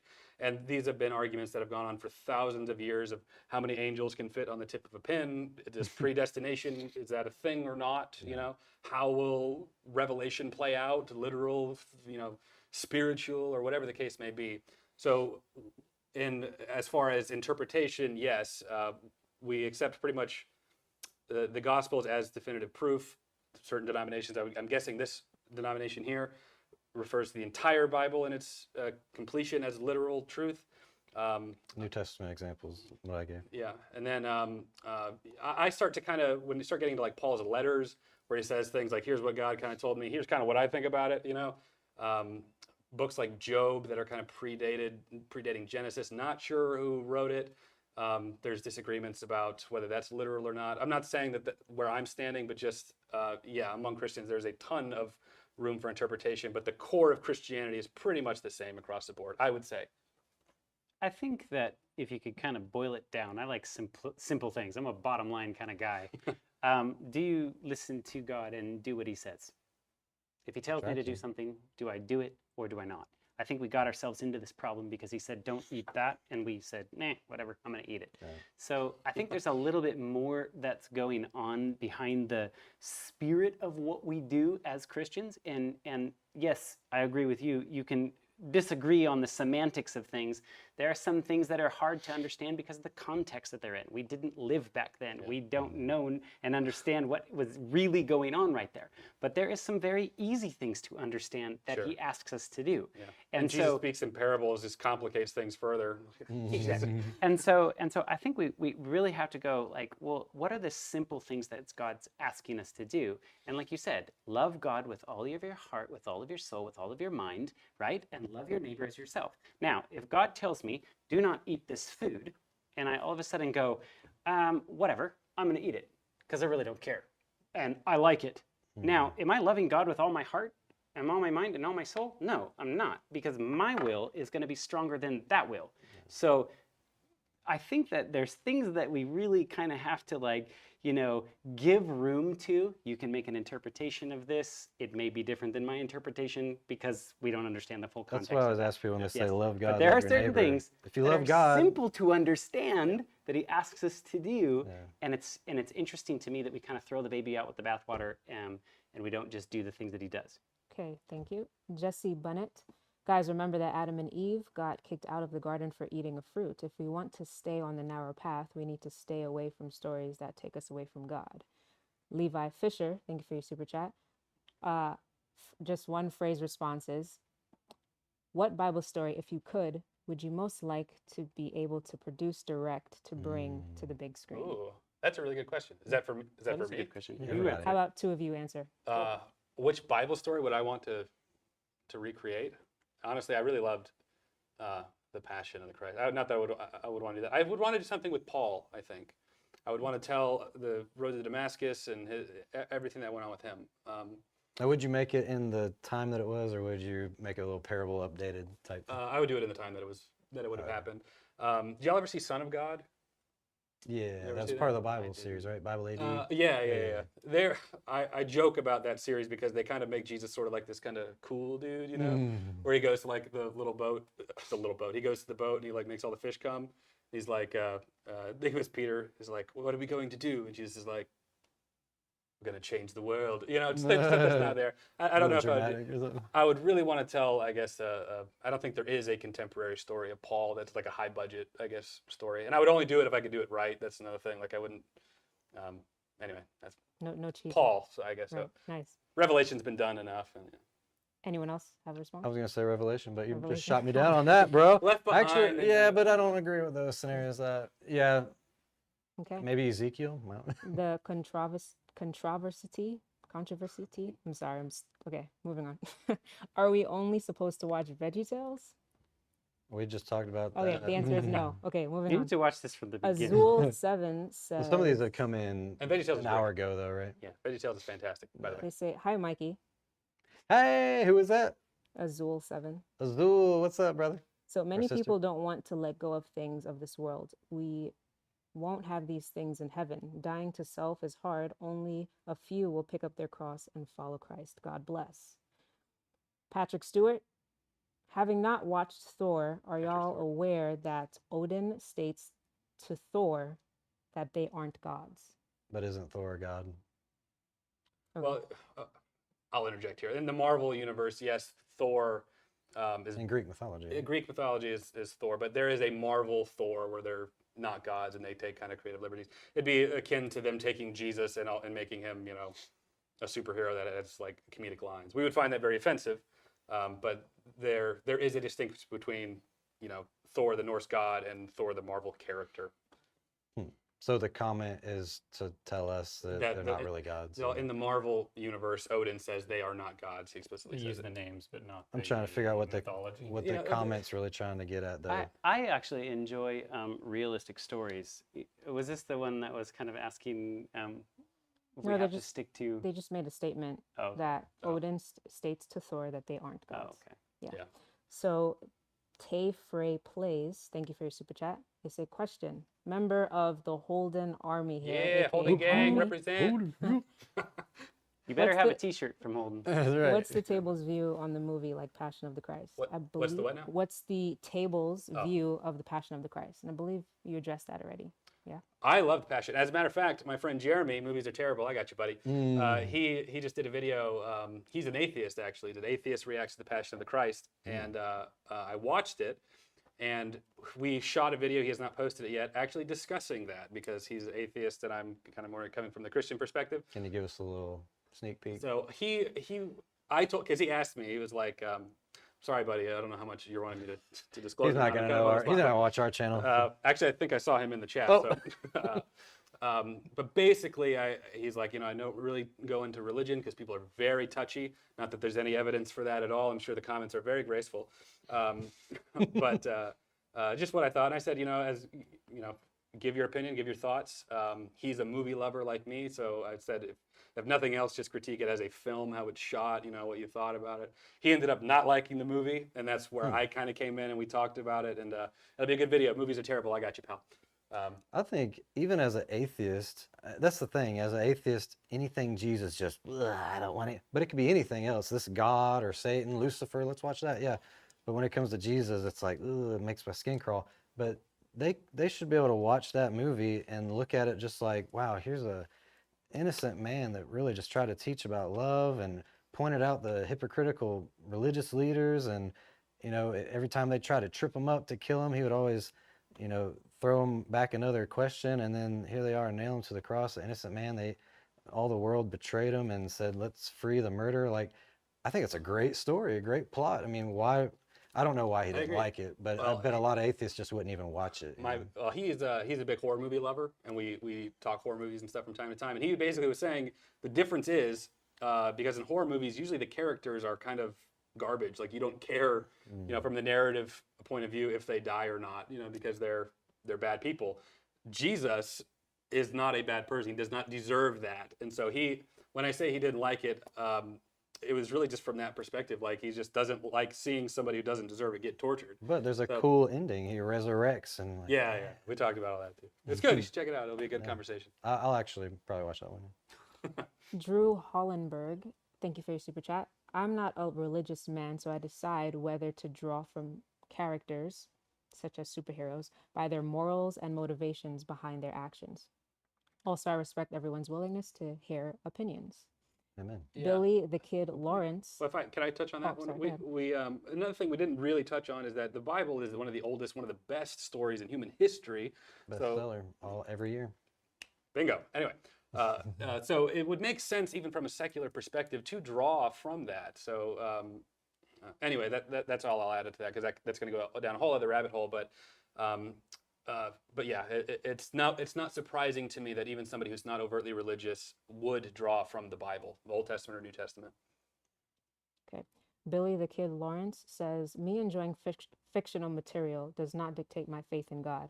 I enjoy many things that might be viewed as blasphemous, but that does not lessen my connection to God. Enjoy art and keep your faith. Yeah. You want to? Well, I'm just trying to think of, as a Christian, watching a movie that's like just overtly blasphemous, like the movie Habit, where Paris Jackson's going to play a lesbian Jesus. I mean, can you just be like, oh, this would be an interesting movie? Yeah. I just don't get that as a Christian. I mean, it's literally like watching a movie where your wife is just getting raped or something. Oh, this is entertaining. I just don't see how you can do that. It just blows my mind. But. Yeah. Well, I think, oh, go ahead. I don't think that every movie is edifying at all. We kind of touched on that too. I don't think that every person, like just because I enjoy watching movies and I do my best to view them from a cinematic or from a filmmaking perspective when I can. A lot of the times that means I don't like it, and I'll give that critique. But I guess just because of what I do, I can very easily detach myself from the I don't know. I wonder what camera lens they're using. I wonder how they got certain lighting, and I can view it from that perspective. This is fiction. I wonder how many takes it took for them to get that shot, type of thing. And I know that that's not always the case with the average moviegoer, where movies feel so freaking real nowadays. And I don't think that I don't think that it's a one size fits all. Christians should or should not watch it. There's stuff I don't find edifying. I don't watch. Personally, but again, kind of going back to, I don't think I should censor or regulate what Christians should or shouldn't do.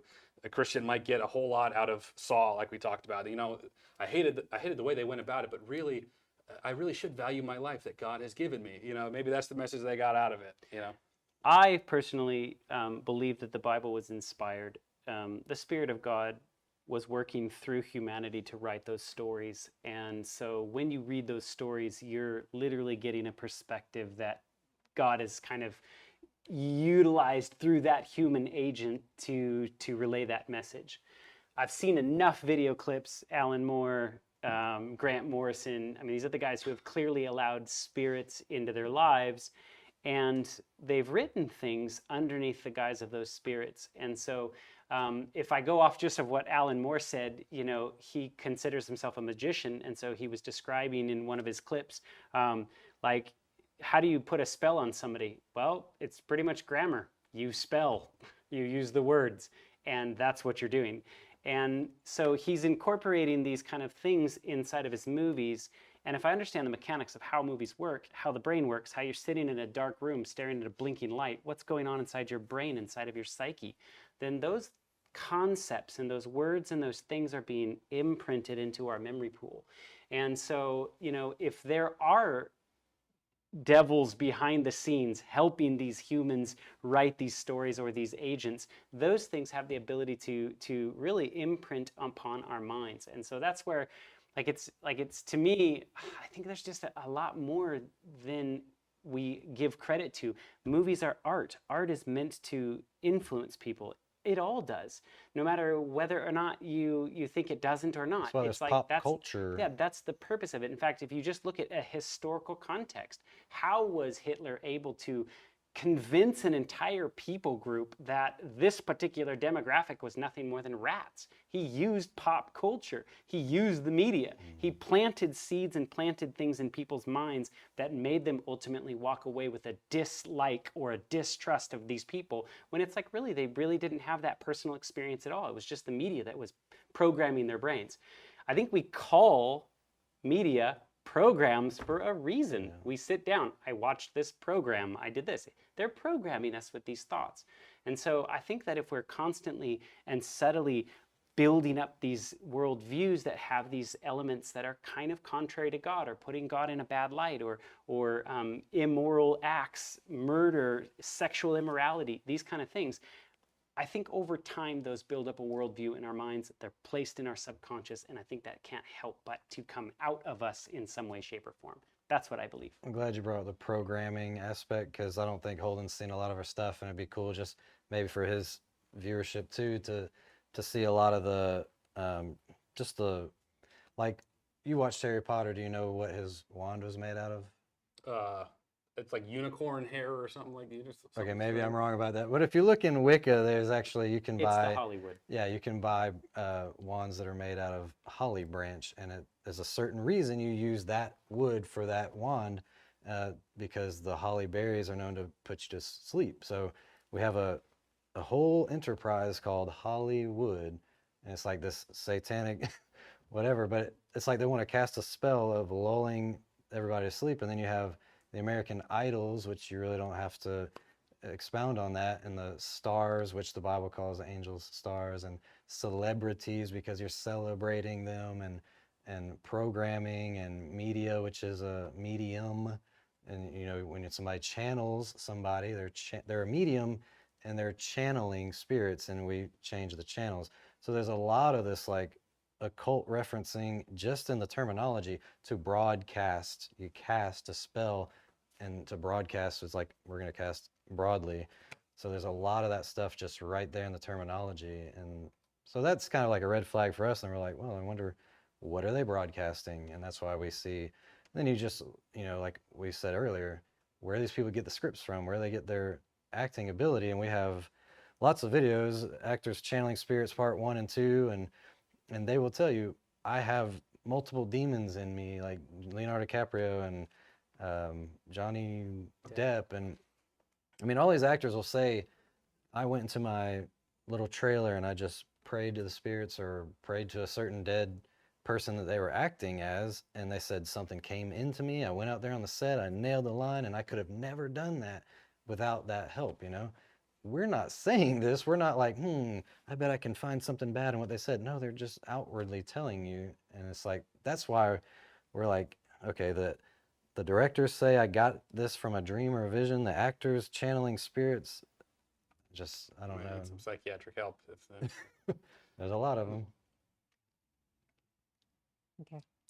I don't even know. There's so much between the two of us. Right. So, go ahead. There are currently about 9 more super chats. Oh, okay. Only 9. And they keep coming. Gotta go to the bathroom. Matt I gotta feed my Lane- kids. Seriously. Matt Lane Fitness, thank you for your super chat. Respectfully, if watching a movie, sorry, let me start over. Respectfully, if watching a film invites or brings the devil into you, how strong are you in your faith? Not being derogatory here, I'm legit asking a question, and I'll couple that with Random Andy's channel comment. If you get into Satanism or whatever while being a Christian, just because of a movie, wouldn't it mean you're weak in the faith? It's just a movie. It's just cards. It's just a Ouija board. I mean, how Yeah. overgeneralized can you get with stuff? I think that there's a difference here. One, we're voluntarily placing us in front of a story or a mindset, or we're opening our minds. And like I said, study out. I mean, don't take our word for it. Go look it up. You'll find the same things that we have found. Go look.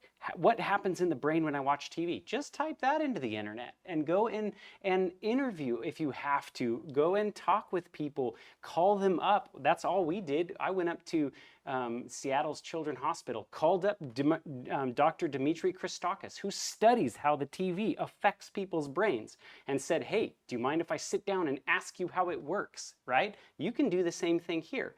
If I understand the real mechanics of how things work, we're opening our minds and messages are going in. That's how commercials are so effective to us, because we don't sit there and logically go, oh, I don't know, and this and that. You know what I mean? You have so much imagery coming in. Your brain's like a computer. It can only process that information coming in at a certain rate. So what happens is you imprint off your limbic system, open up your mind, listen to everything. That goes into your memory pool, and over the course of time, things build up.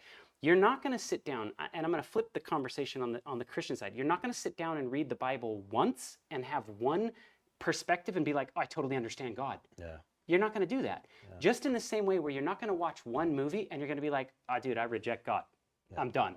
Like, it's little bit here and there, little story here and there, lifetimes of things that are built up. You're not going to go to church once and understand the things of God. You got to go to church. You got to read your Bible. You got to pick it up, have conversations, sit there and pray to God. All of that over the course of a lifetime is going to build up a worldview. Don't you think you're doing the same thing with a movie? You're sitting down, soaking in worldviews constantly. How can that worldview not change you? Just like you could sit down and say, well, the Bible's not going to change me. Yeah, I know more than Before one you person answer, Mikey, who. do you have a response, Holden? No, Yeah. I'm just listening. Okay. I know more than one person who was a Christian who just started watching debates and watching scientific things like on History Channel and stuff like that.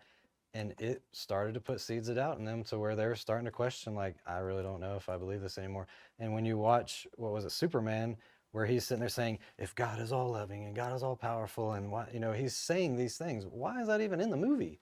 Sometimes I'm just watching a movie like, why is that scene even in there? Like, I was at my in-laws' house during Thanksgiving, and there was this movie called Chuck and Larry, and it's all about these two guys who they get married. Two guys get married, and they're not gay or anything, but in the middle of the movie, they're in a party, and for no reason, they step outside, and there's all these Christian protesters. Homosexuality is an abomination, and they're saying hate is an abomination, all this stuff. And the guy goes and punches them, and everybody cheers, and they go back in and party again. What was the purpose of that scene? What was the purpose of 2 minutes of showing Christians for no reason, had nothing to do with the story at all, saying da-da-da-da, and it's painting Christianity, it's painting the Bible in a negative light, and there's absolutely no reason to have it. It was a seed planted. Those directors had an agenda. I want this in the movie, whether it's purposeful or not, or whether it's has any kind of reason to be in the plot. I don't think it did. Yeah. Well, I mean, in that scene in Chuck and Larry, I'm pretty sure I know which one you're talking about. It's going back to, Adam Sandler's character was very homophobic, at the beginning of the movie. They got married to share health benefits because I think, Kevin Smith? Or no, not Kevin Smith. But the other guy, yeah. Paul Blart, Mall Cop, yeah. He was going to lose his health benefits because his wife died, so they got married so that they could keep the health benefits. And that scene was there because for two reasons, I think. Because Adam Sandler's character no longer felt homophobic since he had gotten to know gay people, and it also I think it expresses how the LGBTQ community feels towards Christians, and how they have experienced Christians going in there and saying you're going to burn in hell for being gay, and so that's a whole other thing we don't have to get into today. But so no one in this table thinks that that's okay. I don't believe you should stand on a corner and tell people that your lifestyle is going to burn you in hell and this and that. I don't go to bars and say you drunkards are burning. I think that is a wrong approach, but I think it's kind of interesting that that's somebody's opinion and their lifestyle. I think you should be allowed to have that kind of opinion. If you want to live in the LGBTQ community, you have that right. Just like you have the right to do any sinful thing. And I'm going to give you the space to believe and have what you believe as your belief system. That you go for it. But I'm not forcing you into my way. I don't mind sharing my opinion. If you ask me, I'll tell you how I believe. And in the same way, if you want to tell me how you believe, I'll sit and have a conversation with you. That doesn't bother me. And if you want to make a YouTube channel that promotes LGBTQ, you should go for it. And if I make a channel that literally is sharing my faith, we should be allowed to do that. Where I have a problem is saying, you can't do that, but I'm going to. So I'm going to share what I believe, but you need to be quiet. Yeah, Now I have a problem. You can with that. paint Christians in a wrong light, but don't paint this community in a wrong light. Yeah.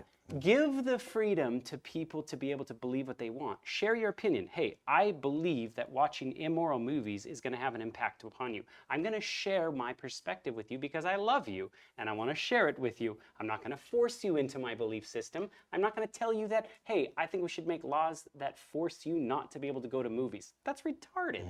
And so I'm allowing anyone to have whatever viewpoint and position you want. If that's your viewpoint, go ahead, argue that. I could take a bathroom break. Can't wait any longer. Don't forget to turn off your mic. I've made that mistake.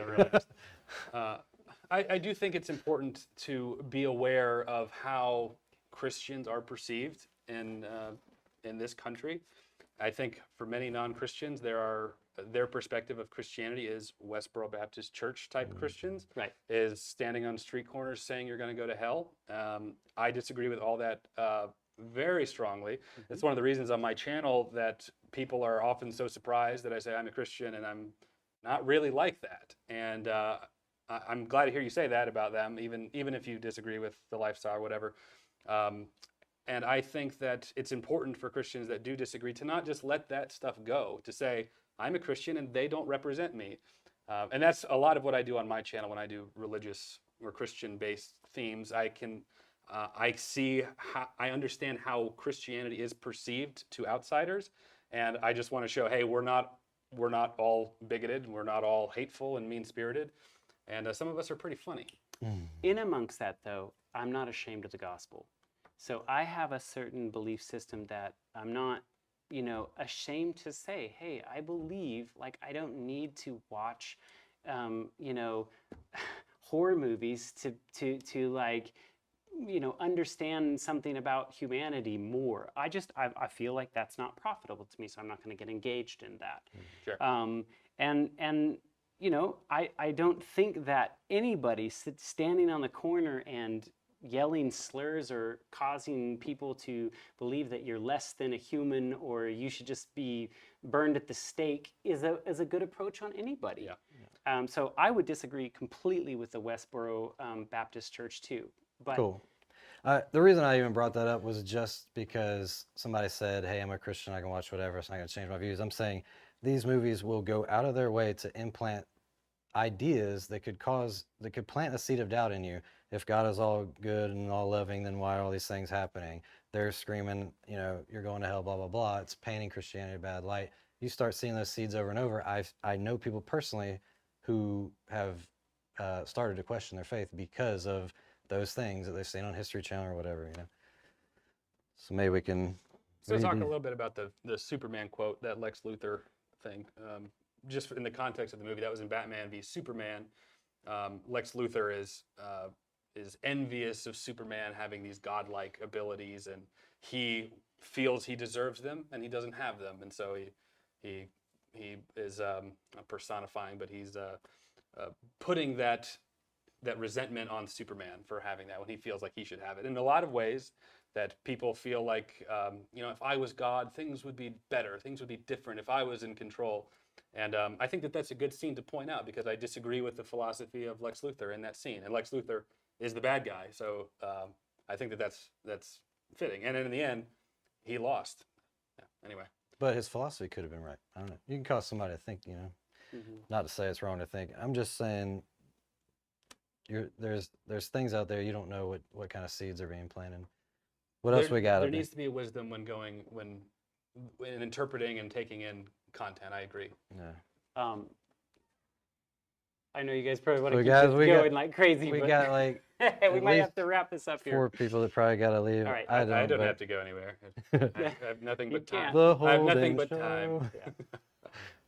Show. Can you just at least read? We stuff? can knock How out many some were of there? these. I got. How many other ones were there?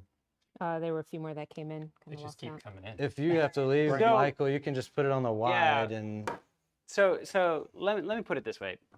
If this is profitable and for people to really see, this was edifying, you get a chance to see kind of two different arguments coming to the table and sort of the rationale behind one argument and the rationale behind the other. If that's profitable to you, I mean, we can do this again. We can keep this going. We can Skype you in. We can do these kind of things. Otherwise, I think this is literally going to go for hours and hours and hours.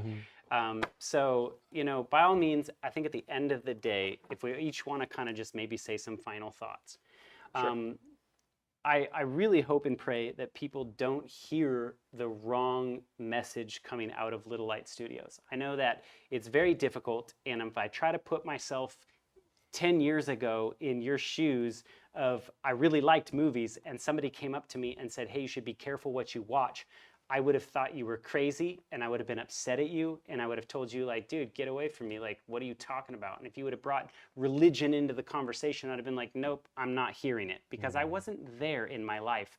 I wasn't wanting to understand or have anything to do with God whatsoever. And so I think that when you're in doubt with anything, if you're involved in something that you really, really like and you hear a perspective like this, don't come at it with like, well, I'm going to just make up my own opinion. Seriously, sit down and pray about it. Say, hey, God, I saw this really interesting presentation and they had this point here and this point here, and I'm not quite sure where to rectify this in my own mind. God, can you help me sort this out? I really believe that God will not ignore you. He will actually help impress you which way you should go. And start to have a relationship with God. Start to read your Bible. Start to really build up a relationship. I'm a big, firm believer in you've got to spend time with somebody. You think about God like any other relationship. You're not going to have a girlfriend if you don't hang out with her, right? You're spending all this time over here doing this thing over here, but then you go hang out with your girlfriend for 5 minutes, and then you're always running out the door, and you got to go over here, and you're doing this thing over here. Then your relationship's really going to suffer over here. So make sure you spend time with God, and God will direct your paths, because that's what He says in His Bible. You ask me, I'll show you which way to go, to turn to the right or to turn to the left. And so this topic of media, maybe you disagree, maybe you don't agree with some of the things that we're saying. Maybe you agree with Holden's perspective, and that's fine. You have the space to do that.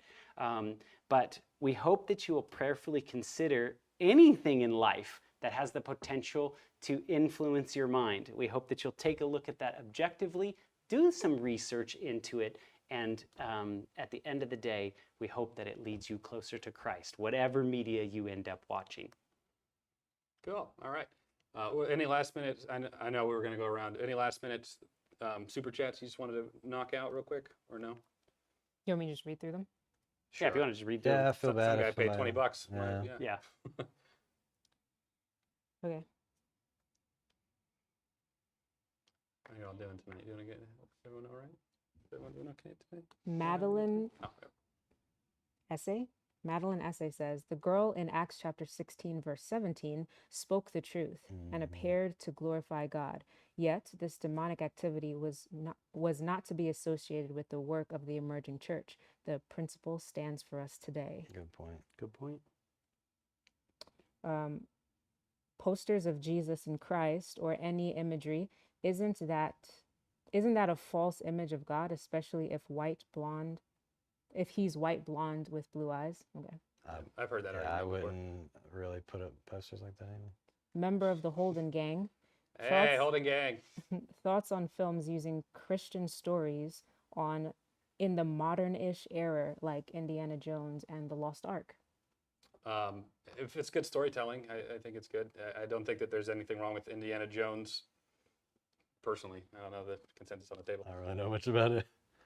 How do you feel about films like Hacksaw Ridge, which depicts intense gore and language, but is clearly a fully Christian movie? Great. I think that's a good question. We've talked, I'm sorry, I know we're trying to be brief.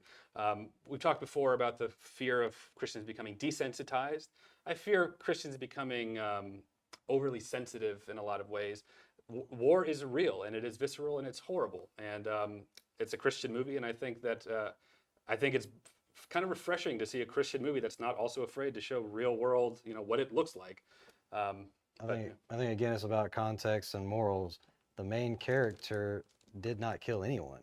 He was going in risking his own life to save people, whereas maybe a lot of superheroes aren't the same way. Maybe the superhero is killing somebody. Well, they'd be a villain. The superheroes don't kill anybody? Well, they don't go and run into burning buildings and kill people, I guess. Oh, okay. I don't know. I just saw that commercial where Batman's like. Oh, and that's Zack Snyder's in Batman. We didn't have time to get into all of that. Okay, so yeah, I mean, I don't know. I guess that's case by case type thing. I mean, you guys have any input on that? Hacksaw Ridge, rated R. I actually ended up seeing that movie, and I was refreshed at the notion that they really, I mean, I didn't know that much about his story prior to that, and the reason being is they wanted to see what a lot of Christians believed of the movie, so they actually kind of invited a bunch of people in this local area because he was from this local area. And so we got a chance to see a screening before it actually came out. So there was still green screen wires and all sorts of stuff when I saw it, which is kind of neat. I'd actually never seen a movie unfinished like that. It wasn't even the real music that was in it and stuff. And there was a lot of war veterans in the room. They knew Desmond personally, and they were like, cool. it was pretty much like that, Yeah. and it was very realistic to its tone, and I think that it's very interesting that they had to actually dumb down the story because the producers were there so we could ask them questions, and some of the people that were in the room knew Desmond personally, knew the stories personally, and they said, why did you not tell it like it actually happened? And the producer frankly said, because we had him dragging people out, and the story realistically was he was carrying those people. And they said, if we actually had him carrying 100 people, you wouldn't believe it. So we actually had to tell this story in a dumbed down way so that you would even accept it, which I think is amazing. It was even more miraculous how it actually happened. Yeah, weren't there people that said he saved 100 people and that's being generous? Like, it was probably more than that. But I tell you what, I hadn't been to a movie in a long time, and it was like, wow, dude, this is like violent, like some straight violence. Now, I haven't been to war. I'd be a sissy in war. I'm sorry. I cannot aim a gun at somebody and shoot them. Like, that's just not my thing. And I was really impacted by the violence of that. And so what I always tell people is, it's an interesting day and age that we live in. We expose ourselves to so much violence that we just don't bat an eye. When you went to war back in, thousands of years ago, you came home, you were different. Like, you didn't leave that changed. I mean, you didn't leave that the same. You were, how can you not be mentally affected by that? And a lot of these people had real world problems. Dude, Desmond could not sleep at night. Literally could not sleep at night. He'd wake up at that thing. So I think it's interesting that we voluntarily set ourselves in front of that experience, watching it, which normally you wouldn't have in normal life. But for me, I could have got that same information from watching the documentary. So just personally, as my own taste, I didn't really care that there was just such violence in it. But that's very realistic to war. Okay. Oh, you're ready for this? Okay. How many hours a week do you spend consuming media versus how many hours a week do you spend studying or reading God's word? Good comment. That's Truth Group. Yeah. Represent. I don't think they want to do it. Yeah, it was just like. What's that word for that? I forgot. That was the just word a too. comment. Oh, okay, gotcha. That was just a comment. I can't really Got remember it. that word. But rhetorical There we question. Thank you. I knew Keith would get it. I think it's a good point. Like, really, this is about spend time with God. You know what I mean? Like, at the end of the day, you need to be spending time with God. And if you're not, you need to question that. If it's so much easier for you to engage in media, but so hard for you to pick up a Bible, you might want to think about that. Okay, so AA_RON06 says superheroes teach us to be good people and to be inspired by them, not to teach us religion. People on here are saying if it doesn't teach good, then it's bad. It should just be a good moral compass. Yeah, I feel like we've touched on that. Yeah, We did, but I actually really want to retouch on this. Like I said before, and I'll say it again, if it didn't necessarily have such close parallels to God and Christianity, and they're making the villain with these kind of Christ-like attributes, I probably wouldn't have as much to say on it. it probably wouldn't even be a comment worth really engaging in, because then you can just talk about the morality. We're not here necessarily discussing the superhero context just because of that. It's that when you start entering Jesus, God, putting him on a cross, kicking him in the side, saying he's the savior of the world, now you're getting in our realm, and we're able to talk about it. It's always ironic when So people it's interesting that people are like, well, why are you talking about religion? I didn't bring that up. Like, he did. So why are you calling them? I mean, please, if you're questioning a guy sitting there, talking to you about Christianity, why don't you call the director? Why don't you get on his channel? Why don't you text Why do you message keep him and be like, putting dude, what's up? Why are you putting Bible in it? Jesus in that? Like, come on, I don't want to hear about that. Like, don't do that to someone that's Christian, that's literally saying, hey, I recognize these parallels, but you're not doing that to someone else. Be consistent. You're going to do it to us. Go do it to someone else. I agree. Mountain Dew X97 says, I personally am agnostic and believe that if God is truly all forgiving, everyone will go to heaven. What would the table's opinions be on this? That's a whole study. Yeah, there's so much. Yeah. I think There's so much there. We'll come back. Thank you for your super chat. That's awesome. for anyone that wants to go, there's a way, and God tells you the way, and it's repent and serve Him, and Have you ever heard the saying, only those that want to be in heaven are going to be in heaven? yeah, that's what I was getting at. Have you heard that saying? Yeah, there's a whole, that is such a, even among Christians, we talked about some interpretation, that's such a big conversation. The thing about a God-hating atheist, oh, I hate you, you die, I'm in heaven because God forgives all. Let's That put it just this doesn't way. make I sense. truly believe, That person and didn't this wanna is be there. obviously a variant of opinion. I have nothing biblically to say this is the reason why I believe this. I think there's going to be people in heaven that are literally walking around going, Jesus? Who's Jesus? There's people in the Amazon that have never heard of Jesus. But in the little world that they were living in, they understand. Every single human knows, I should not steal something from somebody that's written not on our mine. heart. I should not kill that person because that would be wrong. I should not sleep with that person's wife. You don't have to read the 10 Commandments to know that. the That's universal why morality. God has put this inside of each and every human being. So in the frame of that context, you will have the choice. I believe the phenomenon is God gives everybody the choice. When you get to the end of your life, I don't believe that someone will get to the end and say, I didn't know, God. What's up? I didn't get a chance to choose. In whatever way, shape, or form, God's not going to force you to be in heaven if you're going to be miserable there. So that in that context, He's not going to want you there if you don't want to be there. Yeah. The people that want to be there are going to want to seek Him out. All the militant atheists, if they were taken to heaven because God forgave them, they would hate their life. They would hate eternity because they're in a world where the being that they blasphemed and all the people that they mocked and ridiculed, they're living with them forever. Yeah, I think there's going to be some, kind of like what you said, I think there's going to be some surprises in heaven. I'll put it that way. Okay, name coming soon says, Holden may know this. What are your thoughts on Ghost Rider, a character that made a deal with the devil who tricked him and became a servant of the devil by force, then decided to fight against the devil? I thought it was lame. I never liked it personally. I mean, just strictly from a storytelling perspective, my only familiarity with Ghost Rider is the Nicolas Cage movies, and I didn't really care for them personally. As far as the content involved of the devil giving someone powers and then using those powers against them, I can see that's interesting from a narrative perspective, but the movie didn't do anything for me, and I don't read Ghost Rider comics. There's a short answer for that. Okay, being influenced watching a movie to where it changes your faith, then you are weak-minded and to easily swayed.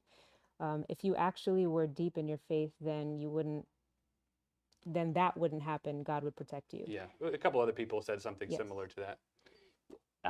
Think of it like this too. There's actually quite a few examples that I've run to over the years that have some really interesting things on influencers. Just look this up on YouTube. Here's a piece of homework for you: how to influence an influencer. And there's a couple videos on there that you'll watch that are really fascinating. Yeah. So please, if you learned anything from this conversation, don't walk away with it like, whatever, I have this strong mind and I just can't be changed. They can change your mind. Eve was They deceived. can totally plant things in your brain. So don't give them the pleasure of you just thinking you've got it all figured out and you're not going to be influenced by them. media is very influential and has the ability to sway us in one way or the other. And I think that everybody at the table is saying this. You know, whether at you hold Darren the Brown. perspective that it's you can find the good and influence yourself into the good and see the light, that's still a form of influence. Don't be deceived that it doesn't influence you, because there is so much evidence mounting against that kind of thought process. Just look at the advertising industry. You will be convinced. Yeah, if you're simply drinking on Coke or that. wearing Nike, then you're Yeah. falling for the trick or whatever. Yeah, they've made money off of it, and they can judge it monetarily. Companies have made billions off of it, and they can do it with sheer execution. So don't. Hopefully, you won't hold that true. Yeah. Do some research in that Watch area. that Influence and Influencers and Darren Brown to blow your mind. Yeah, blow your mind. Okay, I believe this was answered already. Little Light Studios, do you think we can tell biblical stories that are fiction? Jesus told parables. After all, what about VeggieTales? Yeah, I do. That's Pilgrim's as- Progress is a I great do. one. We Pilgrim's talked Progress. about that. Not just because it's a movie or because it's fiction or even because it's a cartoon do we literally say it is evil. It's a moving picture. I do not believe we create moving pictures all the time. The technology is not the problem. It's the message that you're walking away with that we are analyzing this from. Okay, last one here. Do you think that there's hope for the Christian film industry? There have been some slight improvements, but ... Yeah. What was the question again? So Basically, how Christian media is not very good. Terrible. I think this is a call low for more income. Christians to get involved. Yeah. Like, yo, we need help. Get out there and engage in the work of God. And if you're an artist, we need artists. We need creatives. We need 3D artists. We need people that make cinematic productions that lead people to God. I believe that we need more people to get involved in this type of work. We're not trying to just steer you away from it. Now, does that mean go to Hollywood and work on their productions and work in their stuff that's clearly anti-God? I'm not saying that. I think that it would be better if we actually could produce our own content. I think when you're dealing with companies that there's a lot of money on the line and there's a lot of dark things in Hollywood. I've been there, I lived there, I rub shoulders with very, very dark things. And I think for you to come in there and say, well, I'm going to change what Hollywood's doing and I'm going to make it Christian. No, you're not. You're going to take what they say and you're going to do what they say unless you are a very rare individual that's able to come in there and make a mainstream Hollywood movie that's going to change people's minds on Christianity. That's a rare thing. But that doesn't mean that I don't believe that you should get involved in it. That's between you and God. Yeah. Final thoughts? Is that where you're going? Yeah, I was going to touch on that just very briefly. I mentioned this earlier in the chat. I know we've been on for almost 3 hours now. But I just love creativity. I love imagination. And my issue with Christian media is that it's almost always devoid of that. It's very predictable. It's very linear. I mean, film quality aside, it's very boring. It's very, the idea of Hollywood turning into like a Christian type of company with very cookie cutter type of messages, I have great caution with that. I think Christians, I mentioned briefly, I think in the Soul video about the way that Christians can, what's the word I'm looking for? I traveled for 7 hours today, guys. Give me a break here. But creativity would be my biggest concern. Oh yeah, about how multiple denominations view Christianity through different lenses, and so it's even among Christian circles how hard it is to appease them all. And so you could go, I want to make a Christian movie in Hollywood, and all these things are going to happen at the end. The person's going to be saved, or they're going to find God, or whatever. You're almost always, even from a Christian perspective, going to tick off another denomination or another something. And so even amongst ourselves, we can't play nice. I mean, Catholics and Protestants go down, for thousands of years, or for 1,000 years, and they still disagree on stuff like that. Even Christian media. You got I have a final thoughts? theory on that. Think about how much money we actually throw at Christian productions. I was just sitting here Thousands? thinking about how many people are out there, Christians, who are throwing money to Hollywood, and complaining that there's no good Christian media. maybe they should use. Yeah, maybe you could here's the support thing. that If ministry. you really want higher quality Christian media, there's a reason why the MCU looks like the way that they do. I mean, they spent years before developing every single shot. Have you seen those? Yeah, I mean, we're talking like before they even hired an actor or the director, they already had all the scenes already worked out. There was already animations of all the things that they were already going to do 10 years before they started on this thing. You have an incredible amount of resources, money, all that kind of stuff being thrown at that. In the Christian world, what? We got $5,000. Yeah, our Yeah, stuff's well, going to look like $5,000 well, as opposed to $800 million. yeah. We didn't really get to talk about Pete Docter, who directed Soul and a few other movies, and get into, you know, the occultist, I guess, imagery of the mudras and all that, while he himself is proclaimed Christian.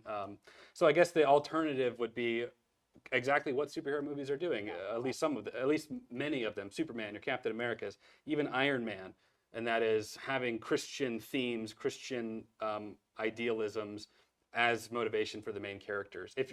And for me, that's something that I really enjoy, and I think that, kind of going back to my original premise of, I think that would be a better way of trying to reach the agnostics or atheists. If you're going to try and convince them of anything, it's that God is in all creation. He's in these Marvel movies, and find him, acknowledge what you don't like or what may be anti-biblical, talk about it, be aware of it. But God is in these things. That's where I'm coming from, is in superhero movies. Awesome. So he agrees with us pointing out the things that we disagree with.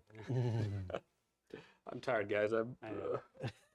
Final thought. Yeah. What do you want Final to thoughts. Yeah, so to boil down the whole thing, I know we've been on for 3 hours. We disagree, I guess, in interpretation of the same media, or disagreements in that. Just like what I said, I find Christ's character in Superman. I find Christ's character in Spider-Man, and I love seeing characters faced with conflict. It's basic storytelling, and then overcoming that conflict. And we're not agreeing, seeing eye to eye, I guess, what our conclusion to the way we're interpreting them is. And I wish you guys the best in what you're doing. And I almost forgot. I want to make Bible Man. Are y'all familiar with Bible Man? Bible Man. Give it to me, Miles Peterson. It'll be a feature length that I can direct. Y'all can fund it. All right. And I'll write it. Y'all can approve it, executive produce, so I don't put anything in there you don't like. It allows me to create a feature-length film. It allows us to get a Christian movie out there. And it's a superhero that needs to be rebooted. There's Support a it. GoFundMe and the link for Holden's Bible Man series. Super chat. You can super chat that right now.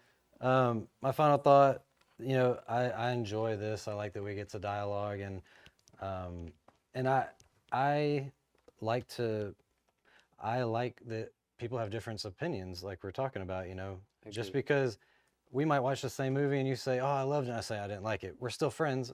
We're still on the same side. It's no different than us saying, "Hey, I see this and you see this." We shouldn't get angry about it, which is what I see a lot. You kind of explained maybe a little bit why that is. But I think what we're seeing is that maybe there is a spiritual war going on. Maybe there is what the Bible says, that Satan is going to deceive the whole world in the end. And he's trying to recruit an army of people to battle against Christ. And how do you do that? How have all world leaders in the past done this? We already talked about how Hitler used propaganda. So if Satan is viewing the world's history and he's saying, okay, that didn't work, this worked, that didn't work, this worked, and he's saying, wow, media is very influential. Wow, that person is dressed just like that pop star. Okay, I see something that I can work with now. I'm gonna, do what I did with Jesus. Hey, I'll give you all the kingdoms of the world if you bow down and worship me. There's worldly people who say, sounds good to me. You're going to make me rich and famous and an idol in this world? Awesome, let's do it. And they become a puppet for the industry, so to say, and working on films that have some kind of agenda in there. We say that there's deep agenda. I don't know what word to say, but agenda, but they're putting some kind of message in there. And what if Satan is using that, saying, hey, I see something that works. I see something that affects people on a deep level, and maybe it's not affecting you, but maybe other people who don't have a foundation, who are growing up in a world who this is all they know, every time I see a Christian on television, there's some hateful bigot. And that's the only context of a Christian they see. How many of those people are actually going to become a Christian? You know, and I see that there's a lot of that in the media. I had a whole bunch of clips I was going to show. We didn't do any of our presentation at Nothing. all. There was I had a like- whole presentation set, and I was going to show clip after clip after clip where Christianity was just, and this isn't like, oh, he could be Jesus. No, I'm talking about like mobs of Christians coming out and being painted in the wrong light, and it's over and over. And yeah, if you're looking at a world who less and less of them are being raised on a Christian foundation, and this is all they're seeing over and over and over, I think that does have an impact on the world. So I just hope that everybody out there just looks at all the evidence and just gives it a fair chance. Be unbiased and look at the evidence and weigh it out and see what you think, you know. And if you're seeking, then pray that the Holy Spirit will give you that discernment. And we just want to share that. We're not telling you what to do. Yeah, haven't said much, have I? And I'm known for that. Thank you for coming and sharing your views. Even on this show, we sometimes don't see eye to eye, and in the office too. But I guess for me, all the superhero stuff aside, however you want to look at it, if I'm desiring to walk with Christ, I still see a lot of things that are unnecessary, and I don't, I guess, want the influence of in my life. Been there, done that. And, you know, I don't desire, I guess, is the right word, all the violence, all the immorality. I just don't desire that in my life anymore. So maybe I'm in a different space, and I've just said, you know what, I'm ready to leave this world behind and all the terrible things that are in it. And so I guess that's why I have chosen to stay away from a lot of that things. It's not that I would never watch a movie.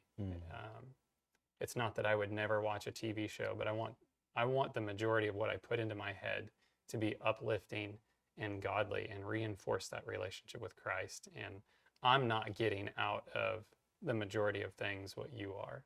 So I guess that's where I draw the line for myself. Sure. Awesome. Awesome. We thank you guys so much for being here. I saw close to 1,000. I don't know if it reached that, but I saw 900 and something. It's at least which is 921. yeah, so that's a record breaker for us. Can I leave you guys with this one thing?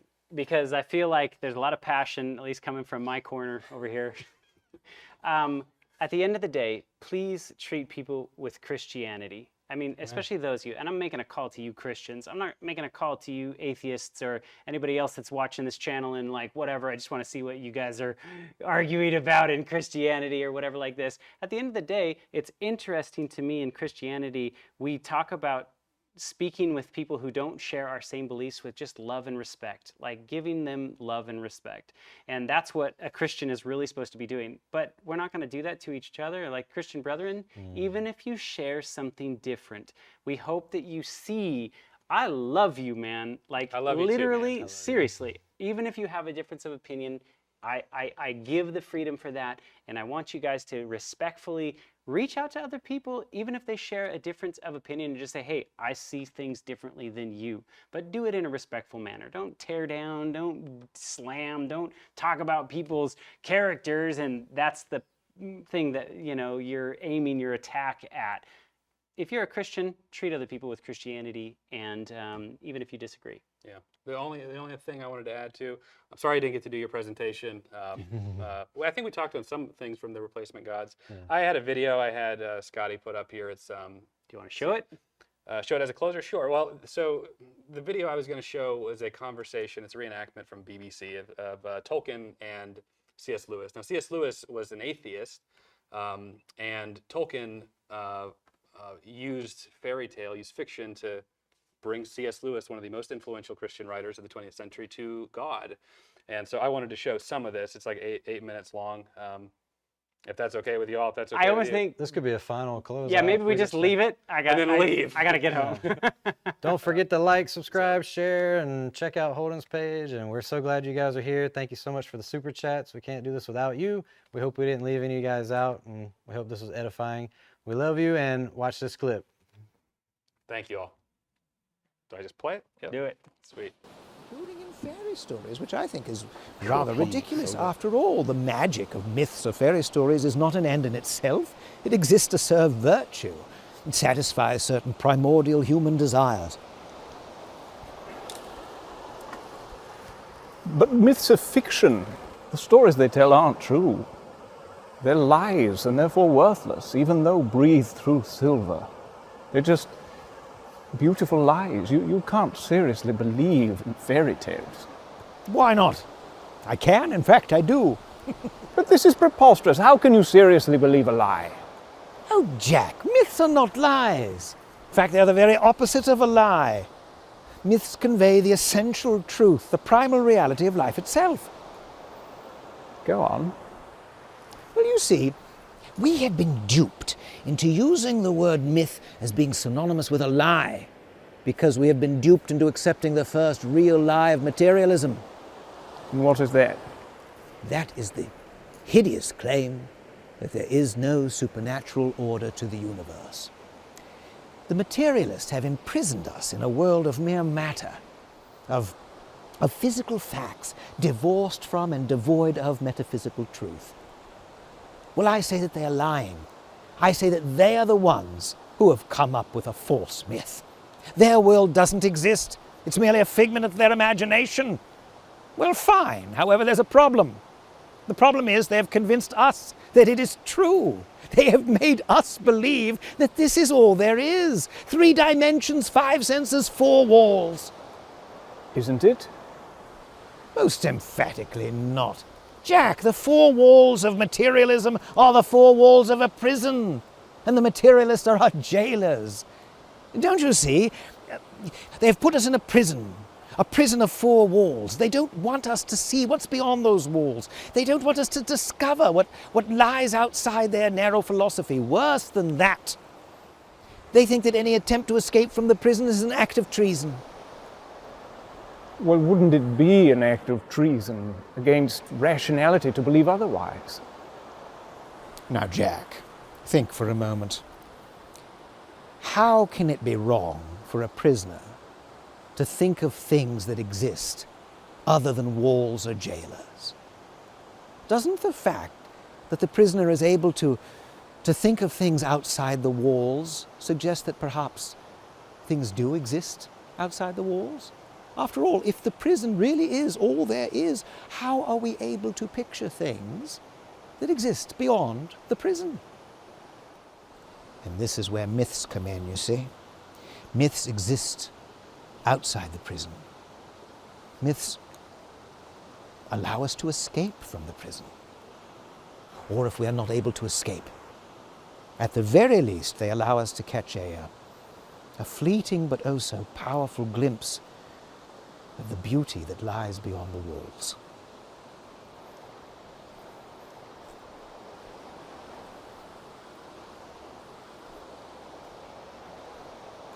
But what is it that we're meant to be glimpsing? Well, don't you see? The truth, Jack. Myths show us a fleeting glimpse of truth itself. Truth.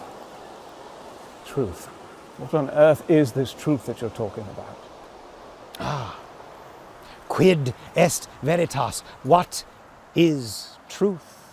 I'm glad to see that you've entered into the spirit of the myth, Jack. You've just cast yourself into the role of Pilate. Pilate? Oh, I see. You're able to believe in the lesser myths because you've already accepted the big one. Once you accept the big myth, the lie of Christ, it's easy to accept the smaller ones. All right, Tollers, I'll play the role of Pilate. I'll wash my hands of the whole nonsense.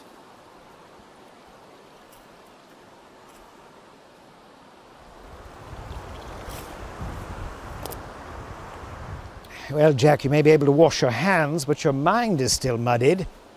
You're not thinking clearly at all, old chap.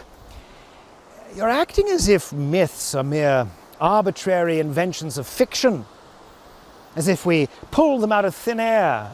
But what you don't understand is that we make things by the law in which we are made. We create because we are created. Creativity, imagination is God's imageness in us. We tell stories because God is a storyteller. In fact, He is the storyteller. We tell our stories with words. He tells His story with history. The facts of history are His words, and providence is His storyline. Are you suggesting that all of history, that everything around us is all part of some divine myth? We are all part of His story. This very conversation is part of His story. But perhaps it isn't His story, perhaps it's only your story. How can you know that your story, the story that you believe, the Christian story, is any more real than the other stories? But don't you see, it isn't my story, it's His story. You're acting as if Christianity is one myth among many. It's not, it's the true myth. Christianity really happened. Jesus really existed, so did Pilate. And yet it is this true story that makes sense of all the other stories. It is the archetype. It is the story in which all the other stories have their source, and the story to which all the other stories point. It has everything. It has catastrophe and its opposite, what we might call eucatastrophe. It has the joy of the happy ending, the sudden joyous turn in the story that is essential to all myths. It has to a sublime degree this joy of deliverance, this evangelium, this fleeting glimpse of the real joy, to which all other joys are but a distant echo.